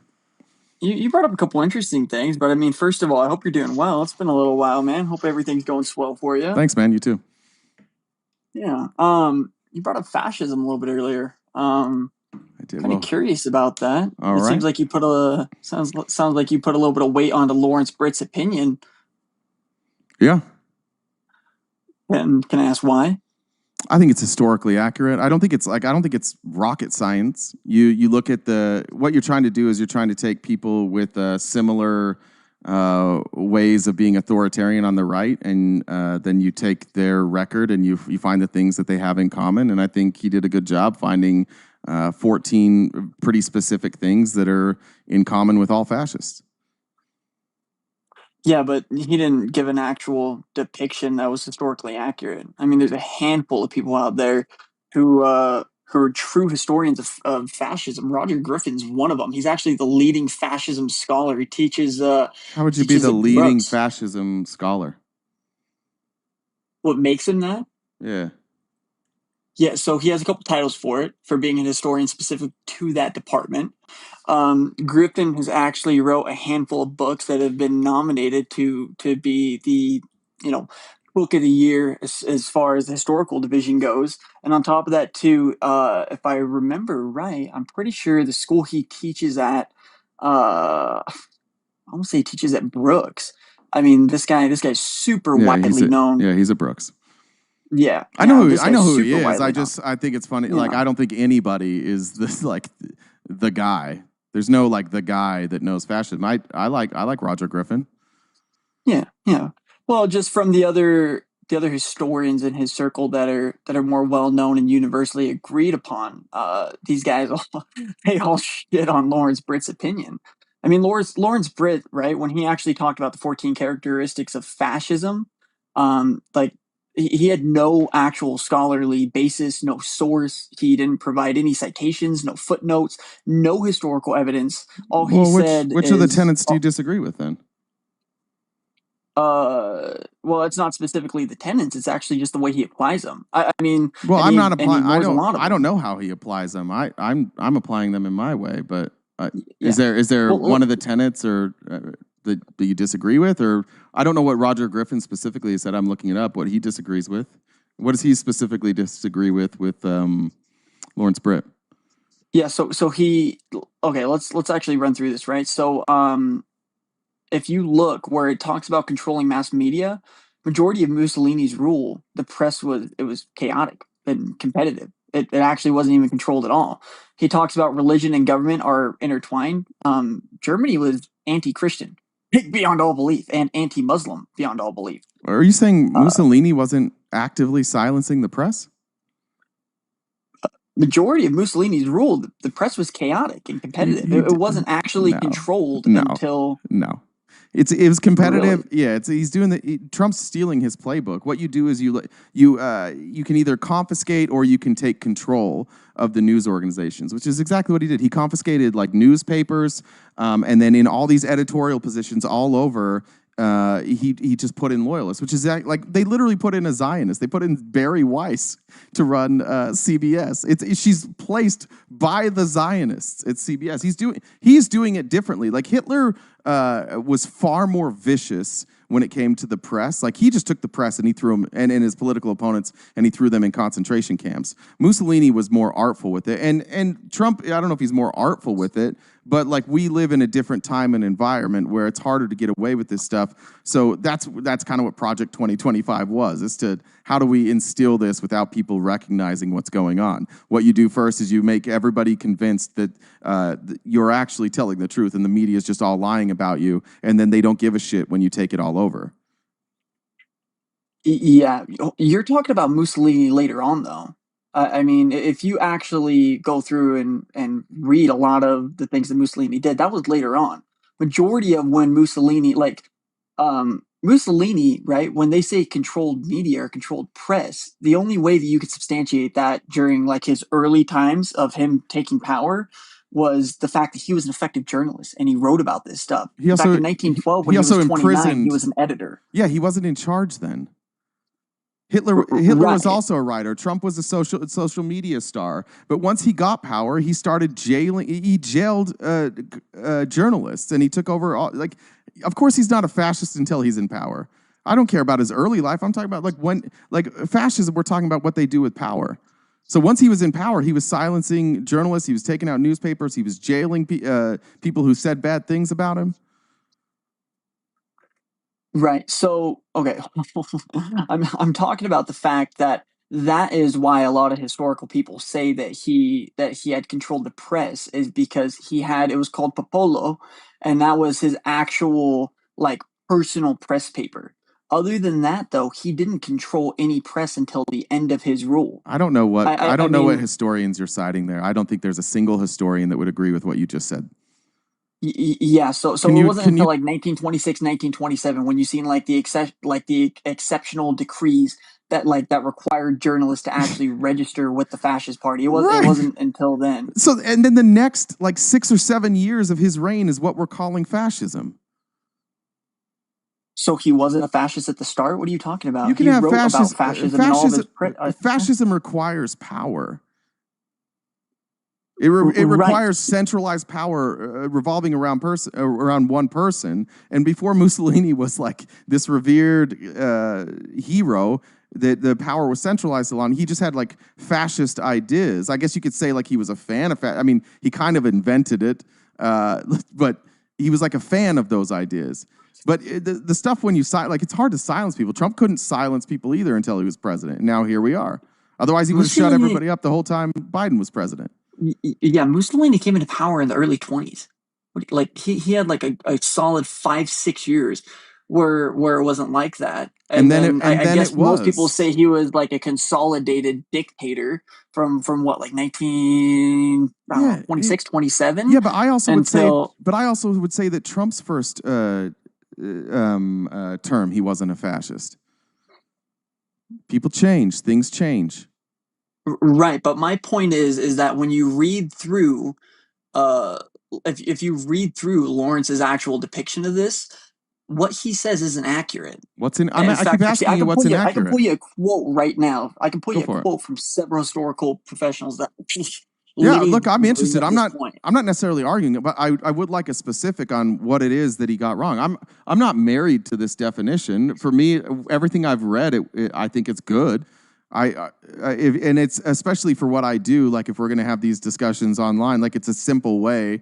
I don't think that it's all encompassing. I don't think it's the best way to learn about. Like I don't think if you learn the 14 tenets, you're good. I think you should go do more research. And there's nuances, differences between all fascists. They're all a little bit different. But what I like about the 14 tenets is that it kind of encompasses what all of them had in common. It's a good way in a conversation to be like, look how similar these people are. I mean, what would you say about Trump would disqualify him from me calling him a fascist? What about him would make me say he's not? For Trump or for Trump? I'm not talking about Trump. I'm trying to narrow down on how you're defining fascism before we move into that. So 14 Robert tenets. Paxton And all the research I've done.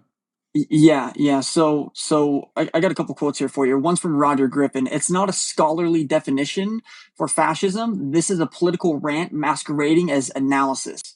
Robert O. Paxton. I don't know if you know who this guy is. Wait, but hold on. Wait, I agree with that. I agree with what he's saying, but he still isn't picking. You're still not telling me what he disagrees with. That's what I'm trying to figure out. I understand that people don't like this is so oversimplified that no historian would ever look at the 14 tenets and go, "Yep, that's it. That's all the context you need." It's not. It's more like a meme, or like flashcards. It's not the whole history. It's certainly if that's where you stop, then you're not going to understand fascism. But what I'm asking is, like, are there any of those tenets that they specifically disagree with? Yeah. Yeah, Roger Griffin, actually, I could probably pull the paper, actually disagreed with his depiction of the control of the press for Mussolini. He also disagrees on the fact What does that he disagree with, though? fascism with generic authoritarianism. Robert O. Paxton, I read a paper from him a while ago. He actually is upset because Britt talked about the disdain for human rights and the overwhelming power of the supremacy of the military. That like fascism's not just authoritarianism, it's revolutionary mass movement. Those aren't completely true tenets to it. Those aren't necessarily tied to it. No, that's what I'm saying. That's what the 14 tenets. I get why historians are like. I would be frustrated if I was a historian, right? If this was my life's work and I had written all these papers and I had studied it forever and I became a renowned expert, and the thing that everybody seems to know more than anything else is Lawrence Britt's oversimplified 14 tenets of fascism. I get what they're saying, but I don't think they're saying what you think they're saying. I don't think they're saying they're wrong. I think they're saying that it's incomplete, and that's a fair criticism, and I would agree with that. But like, you would need thousands of more pages to say that it's complete. Wait, I'm lost here though, right? Because they specifically do actually rail against this, which is why. And you just said if you were a historian, you would be upset with this depiction of fascism as well. No, I but said you're now using this in a debate to explain No. I it to said I would be upset that he gets the attention and people think that like that's the extent of what fascism is, and he gets more credit than a lot of people know Lawrence Brett. But no, people don't know everybody else, and there's a lot of scholars who have done more work. Again, you and I do agree that Lawrence Britt's definition is incomplete, but it's impossible for me to take like a whole book in a debate situation and say like, oh, here's fascism. Let's read this 800-page book real quick. It's a good way to discuss what fascism looks like. I agree with you. It's not complete, but every quote that you've just given me is basically, I think, saying the same thing. I guess where I'm differing is I don't think it's incomplete. I think it's just wrong. And Roger Griffin, right, very clearly highlighted that, where he says this is not a scholarly definition. This is just a political rant trying to masquerade as an analysis. Yeah, it's not. Yeah, it's not scholarly. I agree with you. Yeah, I'm saying the same thing. I wouldn't say that this is incomplete. I would say that this is actually misleading. I mean, Well, it doesn't talk about. Roger Griffin's not saying it's misleading. It's not what he's saying. No, I'm saying that this is misleading. Now we're getting somewhere. What part's literally- misleading then? Let's get there. What part? Which of the 14 tenets are misleading? Yeah. So let's actually start with the founding of this, right? When he says No. these are the Let's get examples to that the I have tenets. for Let's get to the fascism, tenets. he doesn't even like some of these countries aren't even fascist. I just want to countries. know which of the 14 tenets you disagree with. Yeah, I think it's very interesting that he tries to say that Can you? This is fascism is getting simply weird. about. This is getting weird that I keep asking you the same question, and it's a really I'm trying to answer. But I'm giving you the point. I want to know. I need to know which of the 14 or which of them. Points. If it's one, which giving ones you. do you disagree with? Let's go over those. Yeah, I've gone over a couple already, right? So he talks about a disdain, right, for human rights coupled with the supremacy of the military. That's not. I think the disdain is for the intellectuals and the arts. That's what the disdain is. Yeah, but now you're just guessing on what his writing says. I'm just going on. No, what I'm reading says. it. It says disdain for intellectuals and the arts. That's what he says.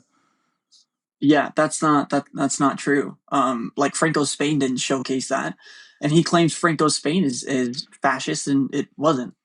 Indonesia didn't showcase that. He says right here that this is one of his examples of Indonesia, and Indonesia is not fascist. Yeah, but you don't have to meet all 14 to be a fascist.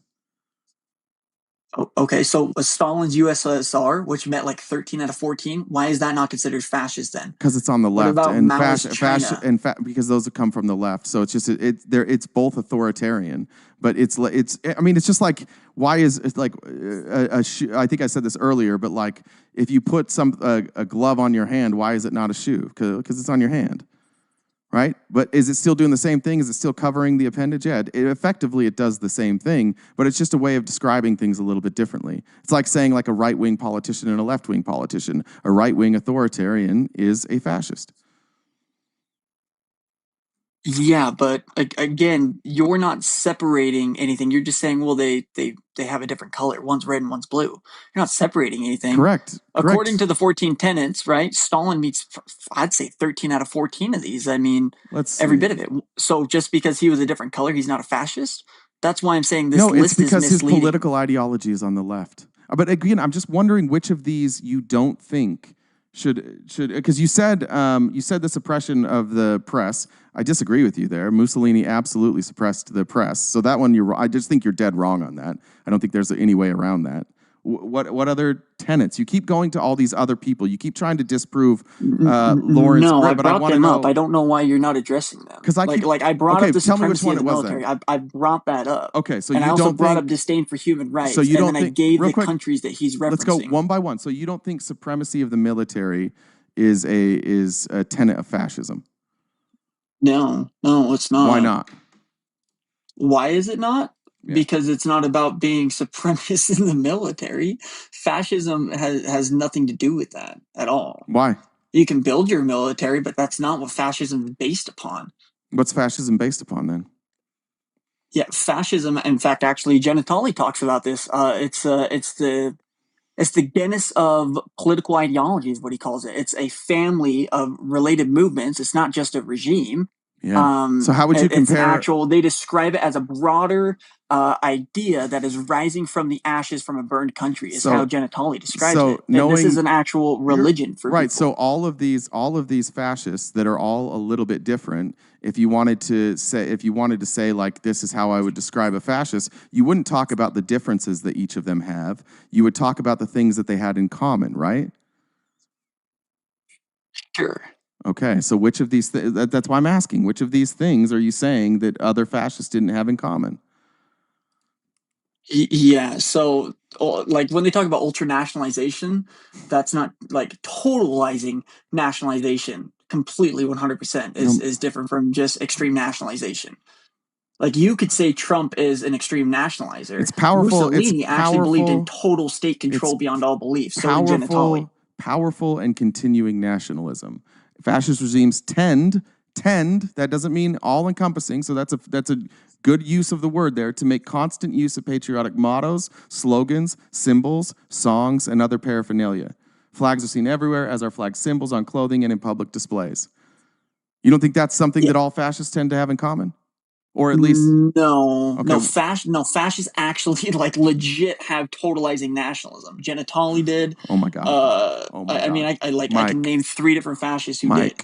Which fascists didn't tend to use patriotic mottos, slogans, symbols, songs, and other paraphernalia?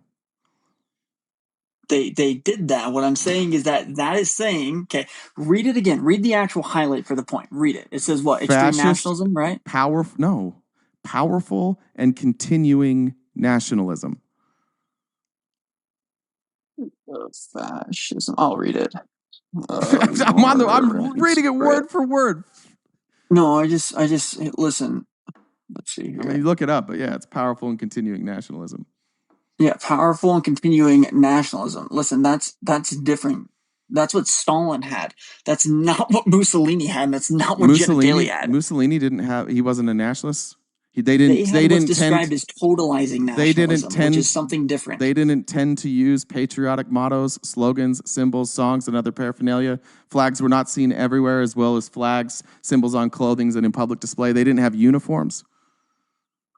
They did have uniforms. What I'm telling you is that's not the same as totalizing nationalism, which is what he didn't say. Totalizing nationalism. I've said this 3 times now. I know, and again, what I'm saying is this. I don't know how you're missing this. What I'm saying is I understand why people think that Lawrence Britt is like, it has this oversimplification. And I agree, it is an oversimplification. What I keep asking you is which ones of these you disagree with. And then we go to number 1, and you say, I disagree with that because other people had even stronger forms of nationalism. And I say, great, but what they all have in common is these things. So yes, some of them are a little bit different. That's what the 14 tenets are about. It is an overgeneralization. It is not something that I would look at and I would say, this is great scholarly work.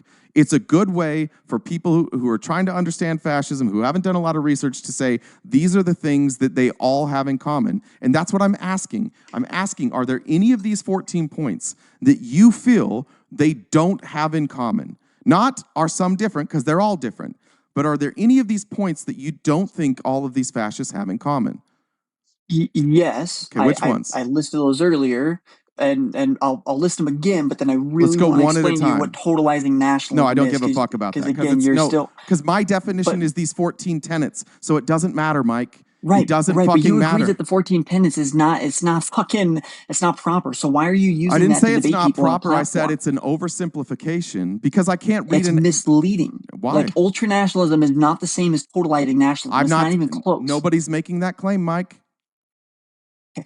Right, and I'm saying that he classifies this, okay, as just it's just fucking standardized ultranationalism. No, and you that's don't. not what true fascists like Mussolini did. It would behoove you to get the fucking terms right, Mike. Powerful and continuing nationalism. You keep saying extreme and whatever the fuck else you just said, Mike. Okay, yeah. If you and I were going to talk to somebody who didn't know anything about fascism, do you think it would be a good use of your time when we have powerful and continuing nationalism and this definition that fits all of them? Do you think it's a good use of time on a debate stage to be like, well, actually, there were nuances? Because they don't fit all of them. I didn't even ask the question yet.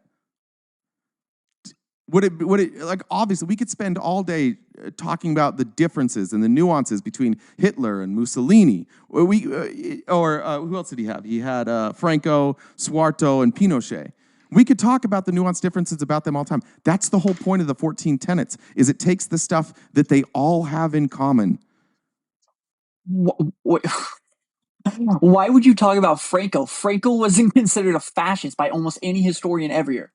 Like, you just proved why I don't trust this and why this is misleading. Not true. Franco is not considered a fascist. Who says by that? Literally 90% of historians. And you're again, making that number up. When I say that this is different, who doesn't think Franco was a fascist?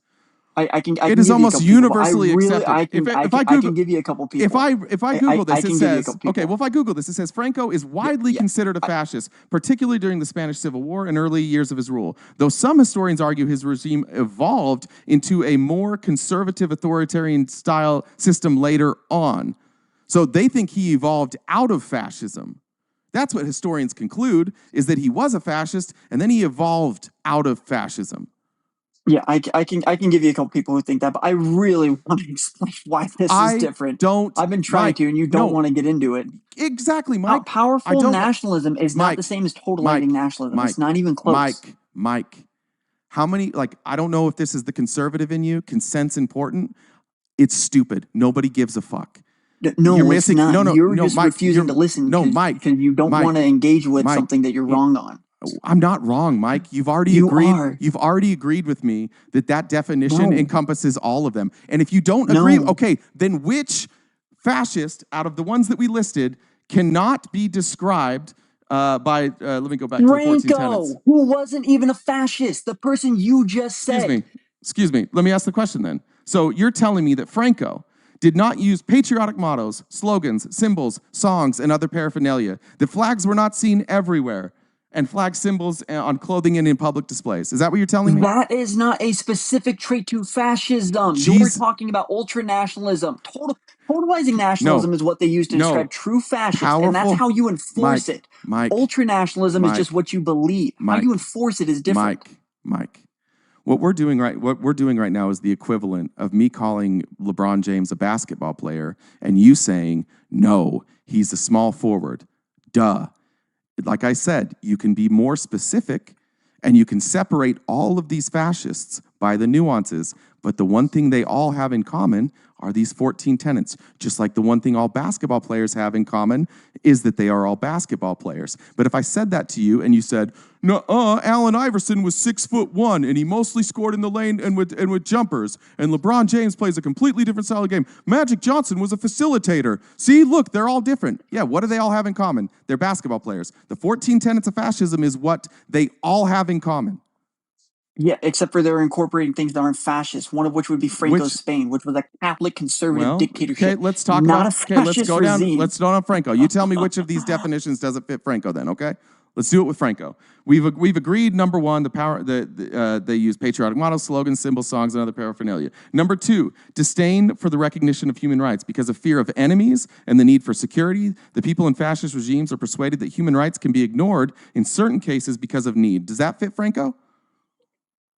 Not is that all encompassing? I'm pulling it up. No, I actually have a couple points that don't fit Franco at all. I'm pulling it back up so I can read it. Mike, answer the question, please. Does that definition I just gave you fit Franco? Which point are you on? So I can read it with you. You're on 2. Disdain for human recognition of human rights. Disdain for recognition of human rights. But read it. Because of fear of enemies and the need for security, the people in fascist regimes are persuaded that human rights can be ignored in certain cases. In certain cases, did Franco ignore human rights? Yeah. Okay, Franco so that one fits too. So let's go to 3. That's 2 for 2. Identification of enemies as scapegoats as a unifying cause. Did Franco unify people around scapegoats or enemies? No,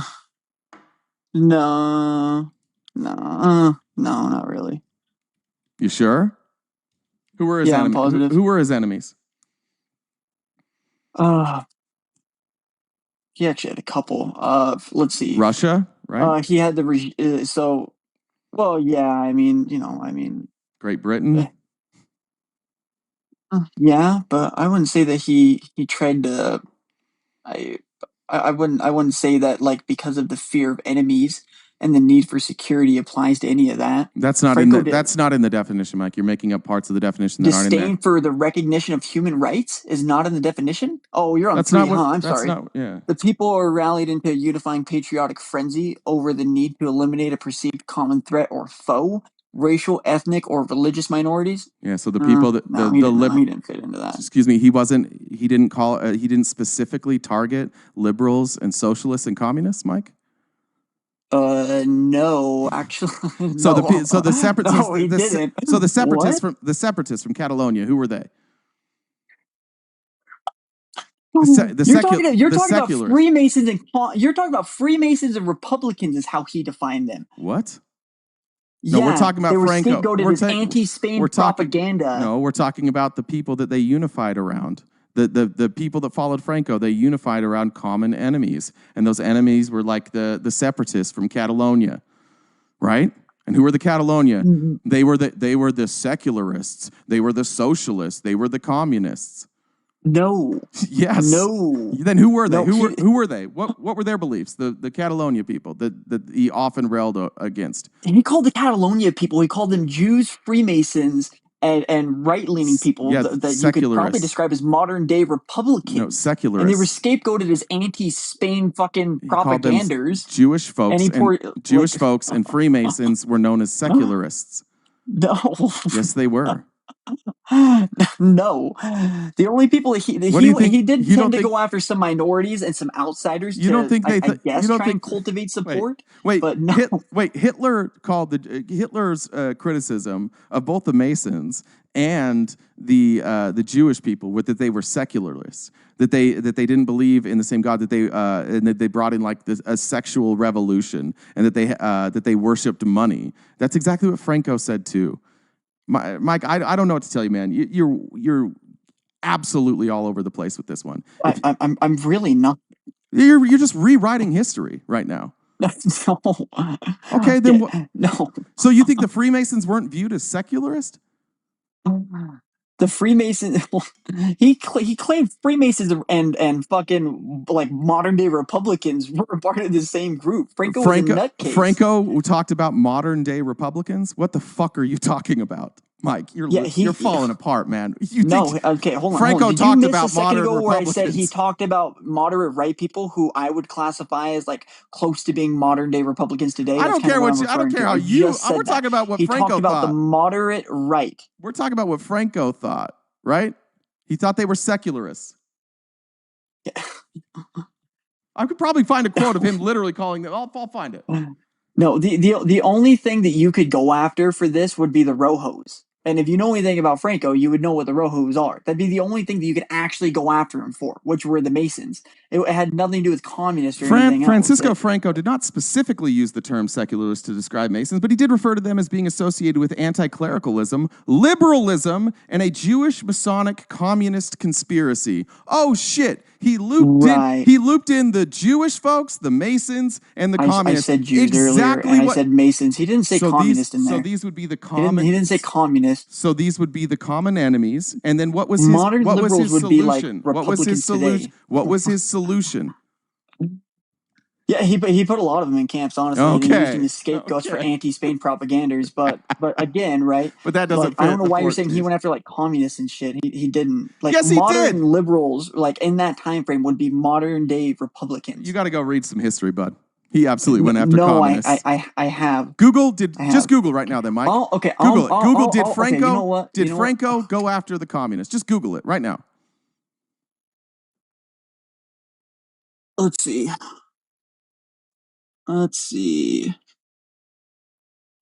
Franco went after communists as leader of the nationalist forces in the Spanish Civil War. He fought against the Republican government. Wow, it's insane. I said he fought against the Republican government. Wow, that's insane. Which include. Oh, wow. So he went after the communists? Well, no, because it says he fought against the Republican government, which included communists and socialists. Yeah. Which is why I'm saying would not be modern. I don't know why you're saying the modern Republicans. Communist. Well, you said that he went after the modern Republicans. Are you saying today's modern like centrist Republicans are communist? No, I think that's what you're trying to say. No, because I'm literally saying he didn't go after communists. He went after what was called. Like they were called center rights, actually. Yeah, but what were they? AI Overview was calling it Republican. What were they? It was center right. And what were they? Unless you're saying communism's on the right, is that what you're saying now? No, they're saying that. You think that? So you think back then people called communists right? Where are you getting this center right thing? Yeah, I've read a handful of books. No, where are you pulling about this stuff? No, I'll Google this. Did Franco call communists center right? I could probably pull a book on it. No, I'm just going to look up. Did Franco call communists center right? Let's see.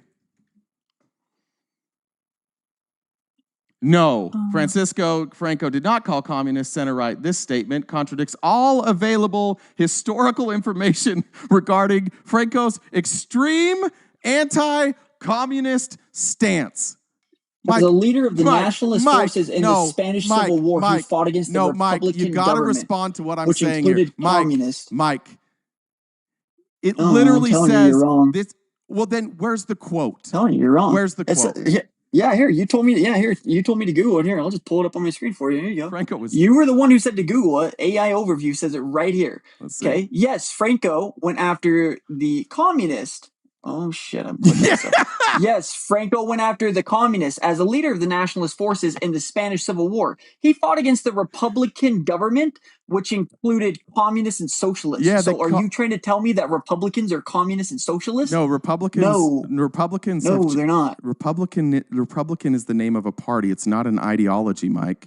That's why the Republicans in this country used to be the ones that were anti-slavery, and then now the Republicans are the South. Like it used to be, the North was the Republicans. They changed. Republican is just a title. Just like Hitler called himself a democratic socialist, but he clearly wasn't a democratic socialist. It's just the name of their party. You're wrong. I mean, here, I'll pull this up. If there's ever been a Republican Party in the world that's been on the right side of the aisle. Make sure you say in the world. Search this. Say, has there ever been a group that called themselves Republicans that were filled with communists?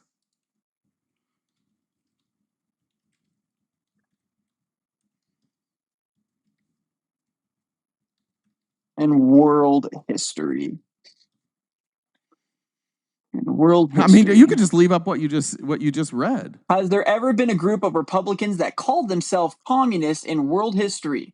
No, there has never been a group that was part of a Republican Party and simultaneously identified themselves as communists. Go back. What fucking kind of books are you reading, Mike, bro? Go back to your last search.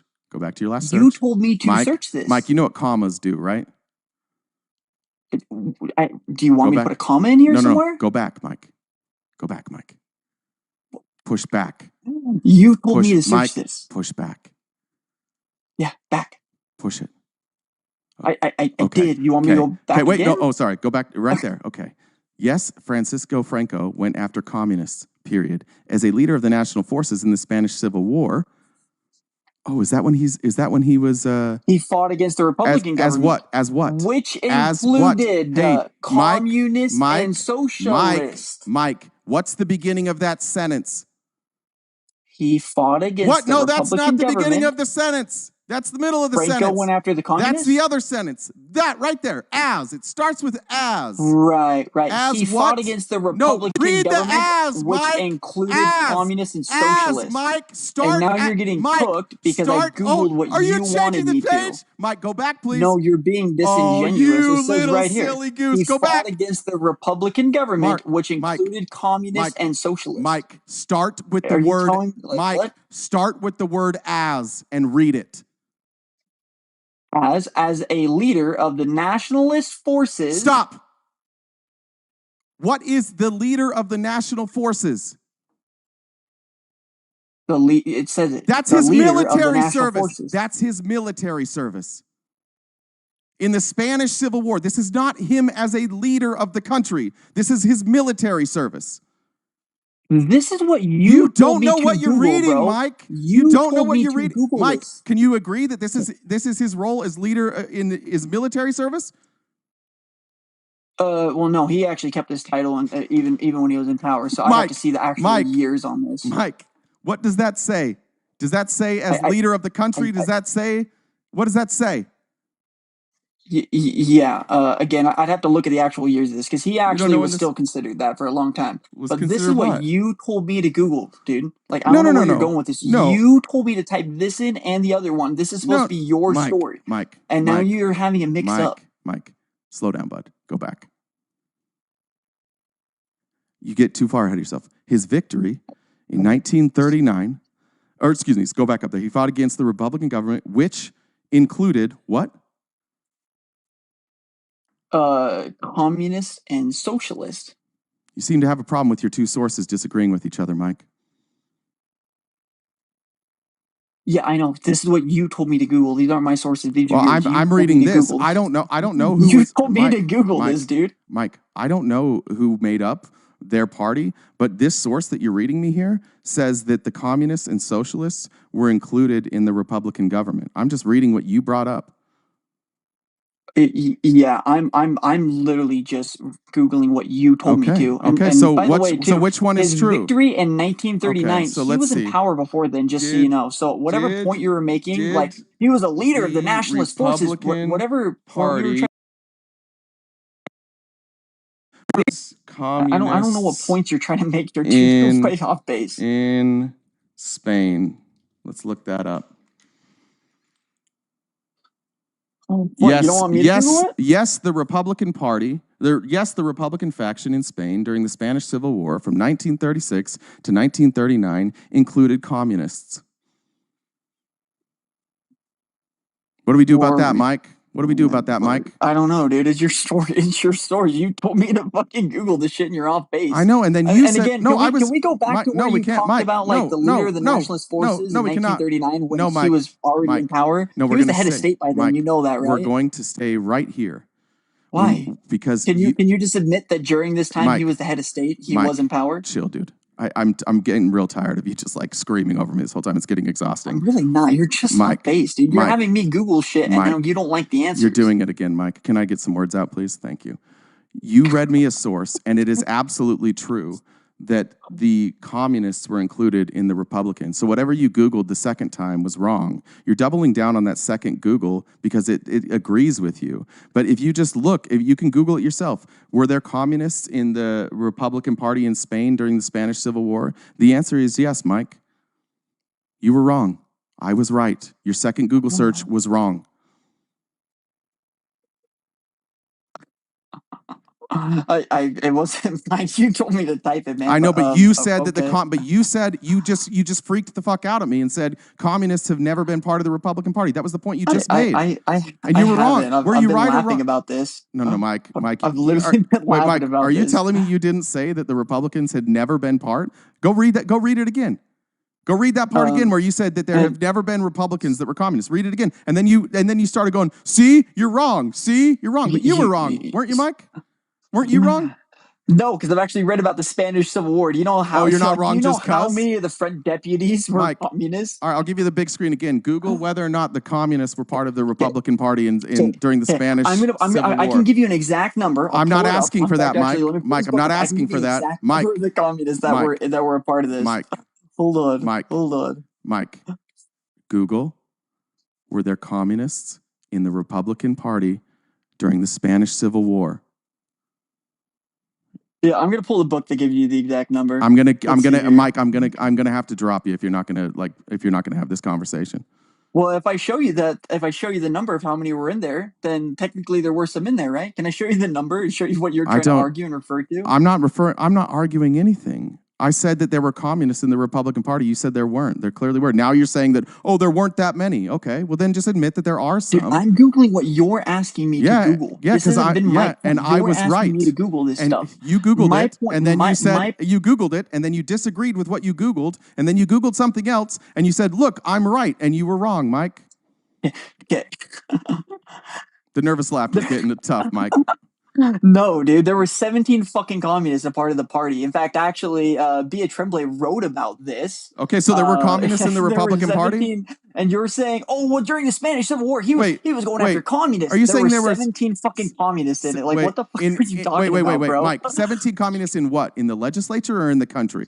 No, I think they had 300 popular front deputies, if I remember right. I feel like there were 17 of them that were communists. Like, what communists were he fighting? Mike.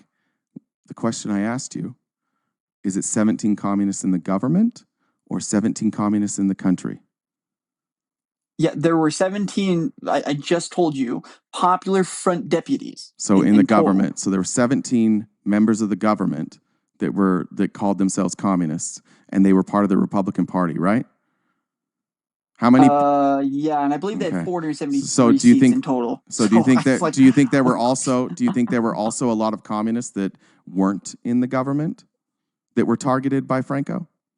I don't know. There's probably 10 communists in Congress. If they waged war on us, would you say they went after communists? I know that you don't know. Yeah, if they specifically said we're going, I mean, that's one of the reasons that I think Trump is a fascist, is because he keeps mislabeling people as communists to say that they're a threat to this country. I don't know why you just pivoted to Trump. That was pretty weird. No, what I said no. is, and I'll explain it again. You said if we had 10 in Congress, yeah, I would say it was fascist if you labeled them an enemy to the people, and that would be them and all of the other people who identify as communist. Yeah, I would say it fits perfectly in the 14 tenets.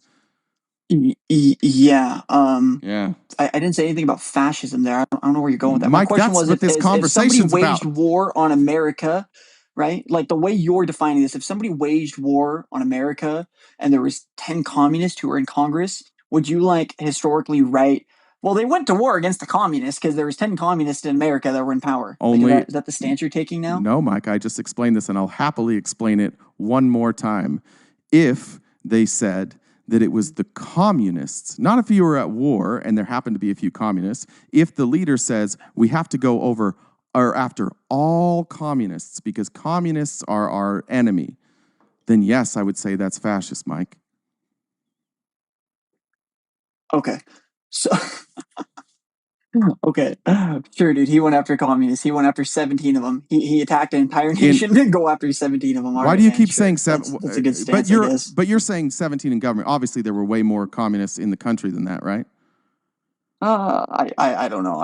You don't know. So no then, idea. so why there are you wasn't so really sure a on this? communist uprising, so it'd be hard to actually try and say that there were a bunch of them or Nobody there were said a anything minority of about them. nobody said anything about a communist uprising. No, that's what I'm saying is there's no way to really tell the number. They didn't ever have an uprising for that party. They didn't ever have that's any kind of major what events. It'd be hard to tell if that's they're a kind of what minority or that's kind of what fascists have in that's kind of what fascists have in common. Despite there being no uprising, they call people the enemy and then they jail them and kill them and go after them. Despite the fact that there is no uprising, they pretend there's an uprising. They lie about an uprising. They lie about those people being an enemy. They lie about those people bringing down the country. That's what fascism is. They make up bullshit and they center that around different groups of people. That's fascism, Mike. I'm really lost on I know. on like your history I here, know. dude. Well, you can have your Can you like last tell word, me 'cause about you- when Franco said that there was a communist uprising? Can you give me a quote? I just said. Go ahead. Sorry. It's your last word, Mike. You got dropped a galaxy to drop you. So. Oh, I guess I'll use it to say goodbye and say thank you. Until next time. Until next time. Franco famously stated, "There will be no communism. We must extirpate those two evils, masonry and communism, from our land." That's the quote for you, Mike. You can go look that up. You kicked him and then let me up. Hold on, Bitcoin. So, thanks, Flamingo, for sending the galaxy. Thank you. Good evening, Bitcoin. How you doing? Well, I was doing okay until I heard host start talking. Okay. Sorry. Well, I seen you kind of chirp a little bit in the comments, so I'm sure you know how this kind of works and all that. So why don't you just kick it off and take off where Mike left off? Yeah, I'm just not a fan of communism. I don't care. We weren't talking about that. Okay. Okay. Thanks. We were talking Do about. you like communism? No. Okay, W. Cool. I also don't like fascism, which is what we were discussing. I mean, do you I also like don't fascism? like fascism. You do like no. fascism? Oh, okay. Cool. No, what? Then we agree. Okay. So what was the conversation? You got mad at me and you didn't know? The conversation. Wait, do I sound mad at you? Sorry. Yeah, sorry. Well, you said that your day was going good until you heard me speak, so I thought maybe you didn't like me very much. Oh, I mean, it's just a little annoying. You were doing a lot of talking. Yeah, I was making a lot of sense too, huh? Well, no, you were just doing a lot of talking. Okay, cool. Well, what I was saying is that fascists generally, they scapegoat people and they name them by an ideology or an ethnicity, and they use that scapegoating as a way to consolidate power, and they generally kill and imprison people just for having different ideas than them, which is what Franco, we were talking about in Spain, did to the communists. Okay. Cool.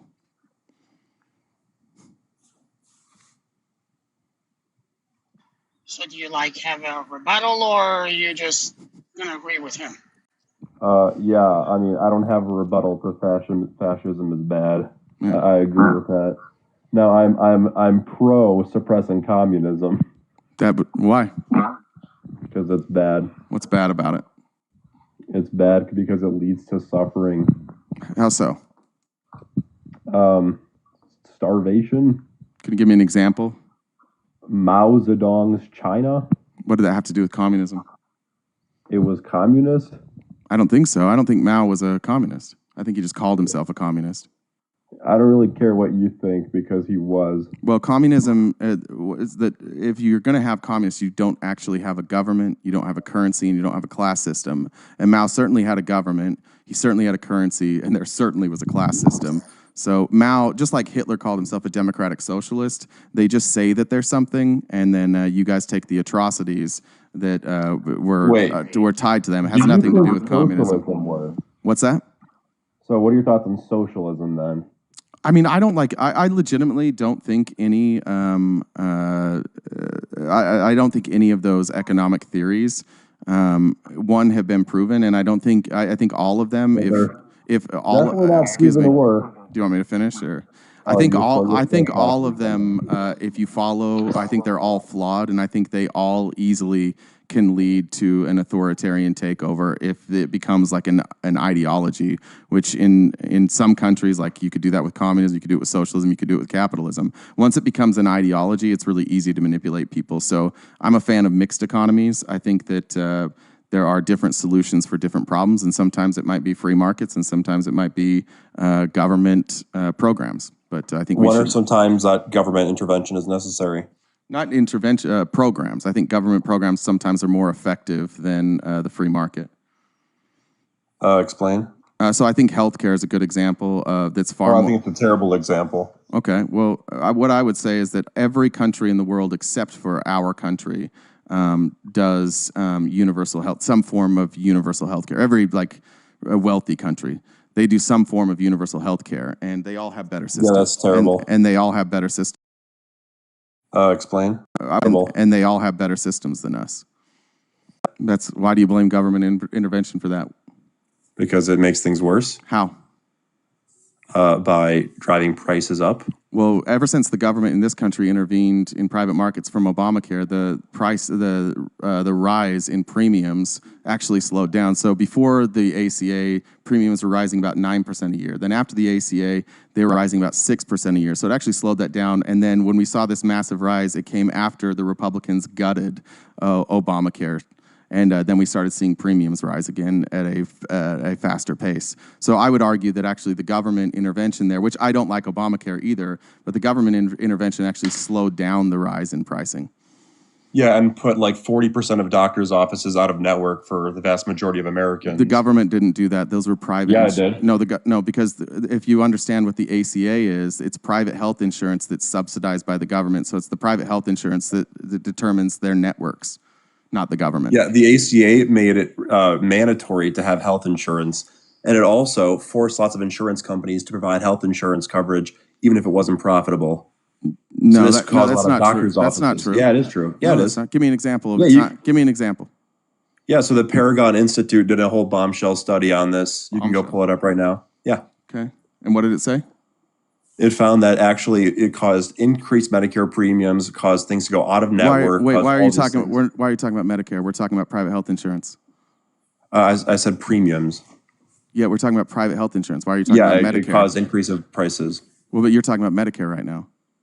I'm talking about what happened after the ACA. Yeah, but we're talking about private health insurance, and then you just brought up that it raised prices in Medicare. Yeah, well, it caused prices to go up. Do you understand the difference between private health care and Medicare? Yes. Okay, what's the difference? The difference is one is by the government. Okay, yeah, and do you have premiums if you have Medicare? I'm guessing you don't. Yeah, so if you don't have premiums, how could they go up, right? Right. Well, okay. So obviously, have to pay for it. It went up. So obviously, we're talking. Brother, that's not how Medicare works. I'm not talking about Medicare. I'm talking about insurance. But what you just told me was Medicare. What you just cited from Paragon, you cited Medicare. Okay, insurance premiums. Okay, explain to me how this Paragon bombshell. Yeah, you can go read it. I'm reading it. It's about Medicare reform. I don't think you know what it was about. I'm reading it right now. Yeah, no. Why don't you read the whole thing? Well, I don't. Do you want to sit here for an hour while I read the whole thing? It's literally titled Medicare reform. It's literally titled Obama. It's about ACA. It's about the Affordable Care Act. Well, Why don't I'm you reading. pull up the right I'm on one, the. then? I'm on Paragon. Well, what's it called? What's the title of it? You can go look for it. How am I going I'm to not look? going to go to my computer and Google it for So you. you don't know what it's called? I know what it's Should called. I just type Paragon Institute bombshell? Try Affordable Care Act. Okay. Sorry, I thought I needed a bombshell in there. Okay, so this is about over-subsidized Obamacare exchanges, consumed fraud, plus debunking the claim of premiums doubling. Impact News there, first review Democrats' costly health care demands to end the shutdown. Cost of Democratic demands. Let's see here. This is talking about subsidies. It doesn't say extending COVID credits would entrench the inflationary subsidy machinery that has already raised prices and premiums while fueling waste and fraud. Yeah, that's not what's fueling the prices rising. You think the government's... Oh, because you say so? Well, how would a government subsidy increase the price? Okay. What do I do with this guy?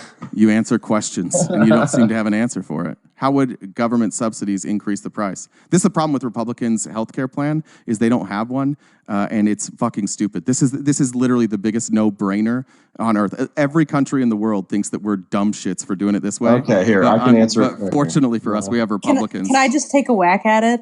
I feel like subsidies inherently increase the price because there's more demand for something. Like subsidies increase the demand for a given good, which makes the price go up. And No. also, Wait, how what? does the government... how does the government... hold on. Wait, we got to do one at a time. You don't both get it. I got to respond to that. If you're going to bring on... that's my fiance. Yeah, if you're going to bring on backup, I'm going to respond to that. Can you explain to me how the subsidies would increase the demand? Because there's more people chasing less goods. That increases prices. There are no goods. It's health insurance. You can have the goods more or services, bro. Yeah, but it's a good or service. Yeah, but there's not supply and demand with it. There's no supply. Oh, there's no supply. No. So supply and demand is just we're just in a different system now. Well, what is the supply? Supply is people who can provide it. Are health insurance companies limited to how many? Do we have an infinite number of doctors' offices, or is there a finite amount? Now you're mixing up health insurance and medical care. Oh, okay. Is there an infinite number of health insurance? Yeah, they can insure as many people as they want. Oh, we have an infinite money supply. That's not how health insurance works. They can insure as many people as they want. In fact, they want the most amount of people they possibly can get because someone has to pay for the health coverage. The more people they get on their health insurance plan. When you go to see a doctor, someone has to pay for it. Now he's mixing up medical care and health insurance again. You're doing great, bud.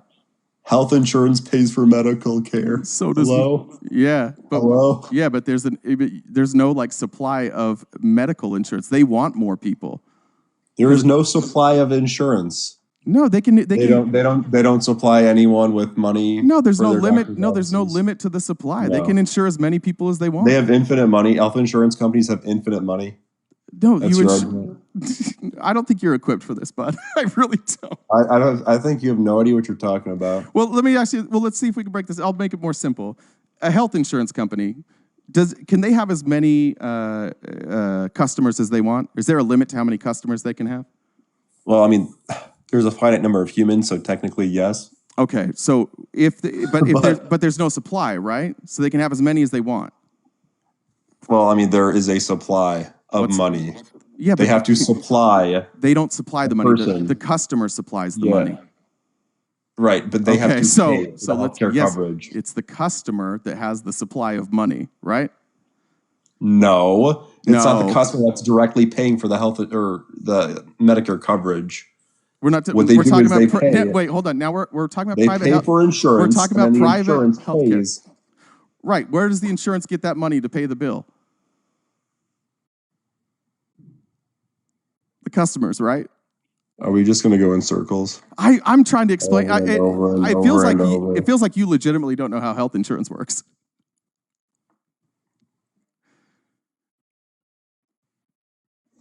Do you think we have an infinite supply of money? Health insurance companies have infinite money. No, no, you silly sausage. That's not what anybody's saying here. Try and keep So up. can you stop arguing it and saying there's an infinite supply? I have literally never said there's an infinite supply of money. I said that health insurance companies can get as many customers as they want, as long as somebody's willing to pay for it. So the supply is the customer. The customer provides the supply, right? I'm suffering. I know you are, too. I'm suffering. Please just go read. Can you go read the Paragon Institute thing? I'm reading it. There's a reason that 40% of doctors' offices became out of network. There's a reason for that. It's because who makes those decisions? If it's not profitable, the doctor's office makes the decision. No. Whoa. The doctor's office doesn't choose the network. The health insurance company chooses the network. You don't know how any of this works. The doctor's office chooses who to see and who to not see. No, but then you're You are talking just about completely clueless. No. The health insurance company decides who they will reimburse. They get to decide which doctors you go to. Yes. And so doctors can also decide, this is not profitable if I serve this patient, therefore I will not see you. That's why so many people lost access to their doctors. No, they lost access to their doctors because the I'm telling you. I know you're telling me. I heard you say it. But the reason that they lost access to their doctors is the private health insurance that they had took their doctor out of the network. And why is that, do you think? Because they want to make as much money as possible and go and why? And keeping, wait, what caused it? What caused all these people to lose access to their network? The health insurance companies looked at their modeling and said it will be more profitable if these doctors are not included in the network. Right, but what caused that? What caused that? What caused what? What caused that to happen? Not suddenly. They've always done that. Oh, no, it was sudden. It was sudden. No, they've always done that. Okay. Can you please go read the Paragon Institute study? Yeah, but do you not know that it's always been the health insurance companies that decide the network? I know, but why? Why do they decide the network? Because they weren't forced to do that. They chose to do that. They were not forced to do that. No, they were not. Greed. Okay, greed. You're okay. Greed. Can you go read a book before you talk to me about greed? Brother, you can't figure out what the fuck we're talking about right now. You're the dumbest. You don't know the difference between health I can't because you don't know what you're talking about. Brother, everybody, it's random incoherent babbling. Everybody in the chat is mocking you. You're the dumbest person we've talked to I know, so far. because they're also stupid. You're just like every other Bitcoin bro that you just think you're smart because you say things. You don't know. You don't even know what this Paragon. Like I asked you what was in the Paragon report, and you don't know. You just keep telling me to read it. I asked you, but you don't know what's in it. You have no fucking clue. You just must have heard somebody listen. say that the Paragon Institute had a bombshell study, and you just keep quoting it because nobody's ever checked it before or asked you what's in it. I'll ask you one thing that's in that Paragon study, and if you can't answer that, you got to go. But I need to know one thing specifically that's in that Paragon study. Here, can I give you the cheat sheet? I just want to know. I can explain it real easy. I just want you to tell me one. Before you do that, I want you to tell me one thing that's in that study. Yeah, after ACA was passed, 40% of people lost their network to their doctor because of the ACA. Why is it? It was directly due to government intervention. Why is it because why? Due to government intervention. We're all dumb. I can explain it again. Explain it. Because it made it less profitable for certain insurance companies to insure certain people to see certain doctors. That's why. Yeah, so they made a decision because the government forced them to. And no, the government didn't force them to. They could take a loss. They could make less money. They can take a loss. That's the option. That's the alternative. Take a loss. That's why every other country doesn't do private healthcare insurance. Because this is why you're stupid and don't know what you're talking about. When you pay for private health care, part of what you're paying for, you're just paying somebody write a check to your doctor. But why would they insure you? Excuse me. Shut the fuck up. You are such an idiot, bro. You're just so literally stupid. All right, we'll mute you. I don't want to talk to you. You're just too dumb. Go fuck yourself then. But you're paying somebody to write a check for you, and what you pay for that is a 20% markup. They keep 20% of all of the money that you pay them so that they can pay out salesmen and executives and pay for trips. That's why. That's why nobody else does it that way. That's the Bitcoin bros. We're so fucked with Bitcoin bros. All right. Is there anybody else or incels? Pretty late. Incels. What's that? Well, he had a fiance. I don't think it's an incel. He's probably getting some. Or it could be a sister. Could be. But it could be in the South, so that could still be a fiance. True. That's fair. I think devil eggs sound good right now. What do you think? Oh, no. Do we want to wrap up with the rest of Admir's diet? How many No, calories dude, you it's like consume? almost 10. I probably got to get going. I got to prep the show for tomorrow. So what time are we? Tomorrow? Regular show tomorrow. 9:30. Yep. 8:30. 8:30. No, 9:30. 9:30. Still Well, 9:30 my 9:30 your time. Yeah, 8:30 your time. Yeah. Yep. All right, everybody. Admir, thanks, man. How you doing? Great. Amanda, you have any last words? Could you not hear me? No. Oh no, I was like, I'm doing wonderful. I'm about to eat 2, 4, 6, 7 deviled eggs, and Is that and 2,467? no, just 7 of them. Oh, okay. So He's gonna be gassy. Are you at home with your wife or? no, she don't let me eat like this when I'm at the house. Got it. That's why I eat like Good call. this when I'm gone. So whatever. If you ate like this at the house, you'd have a very happy wife. The problem is I can't eat like this because she's on that what is that keto thing. Admir, that joke went Keto? right over your head, bud. It's fine. I'm just waiting for my deviled eggs, bro. I'm just You saying. can do it. Yeah, I'm just saying. Eat like this at home, and she's gonna be real happy.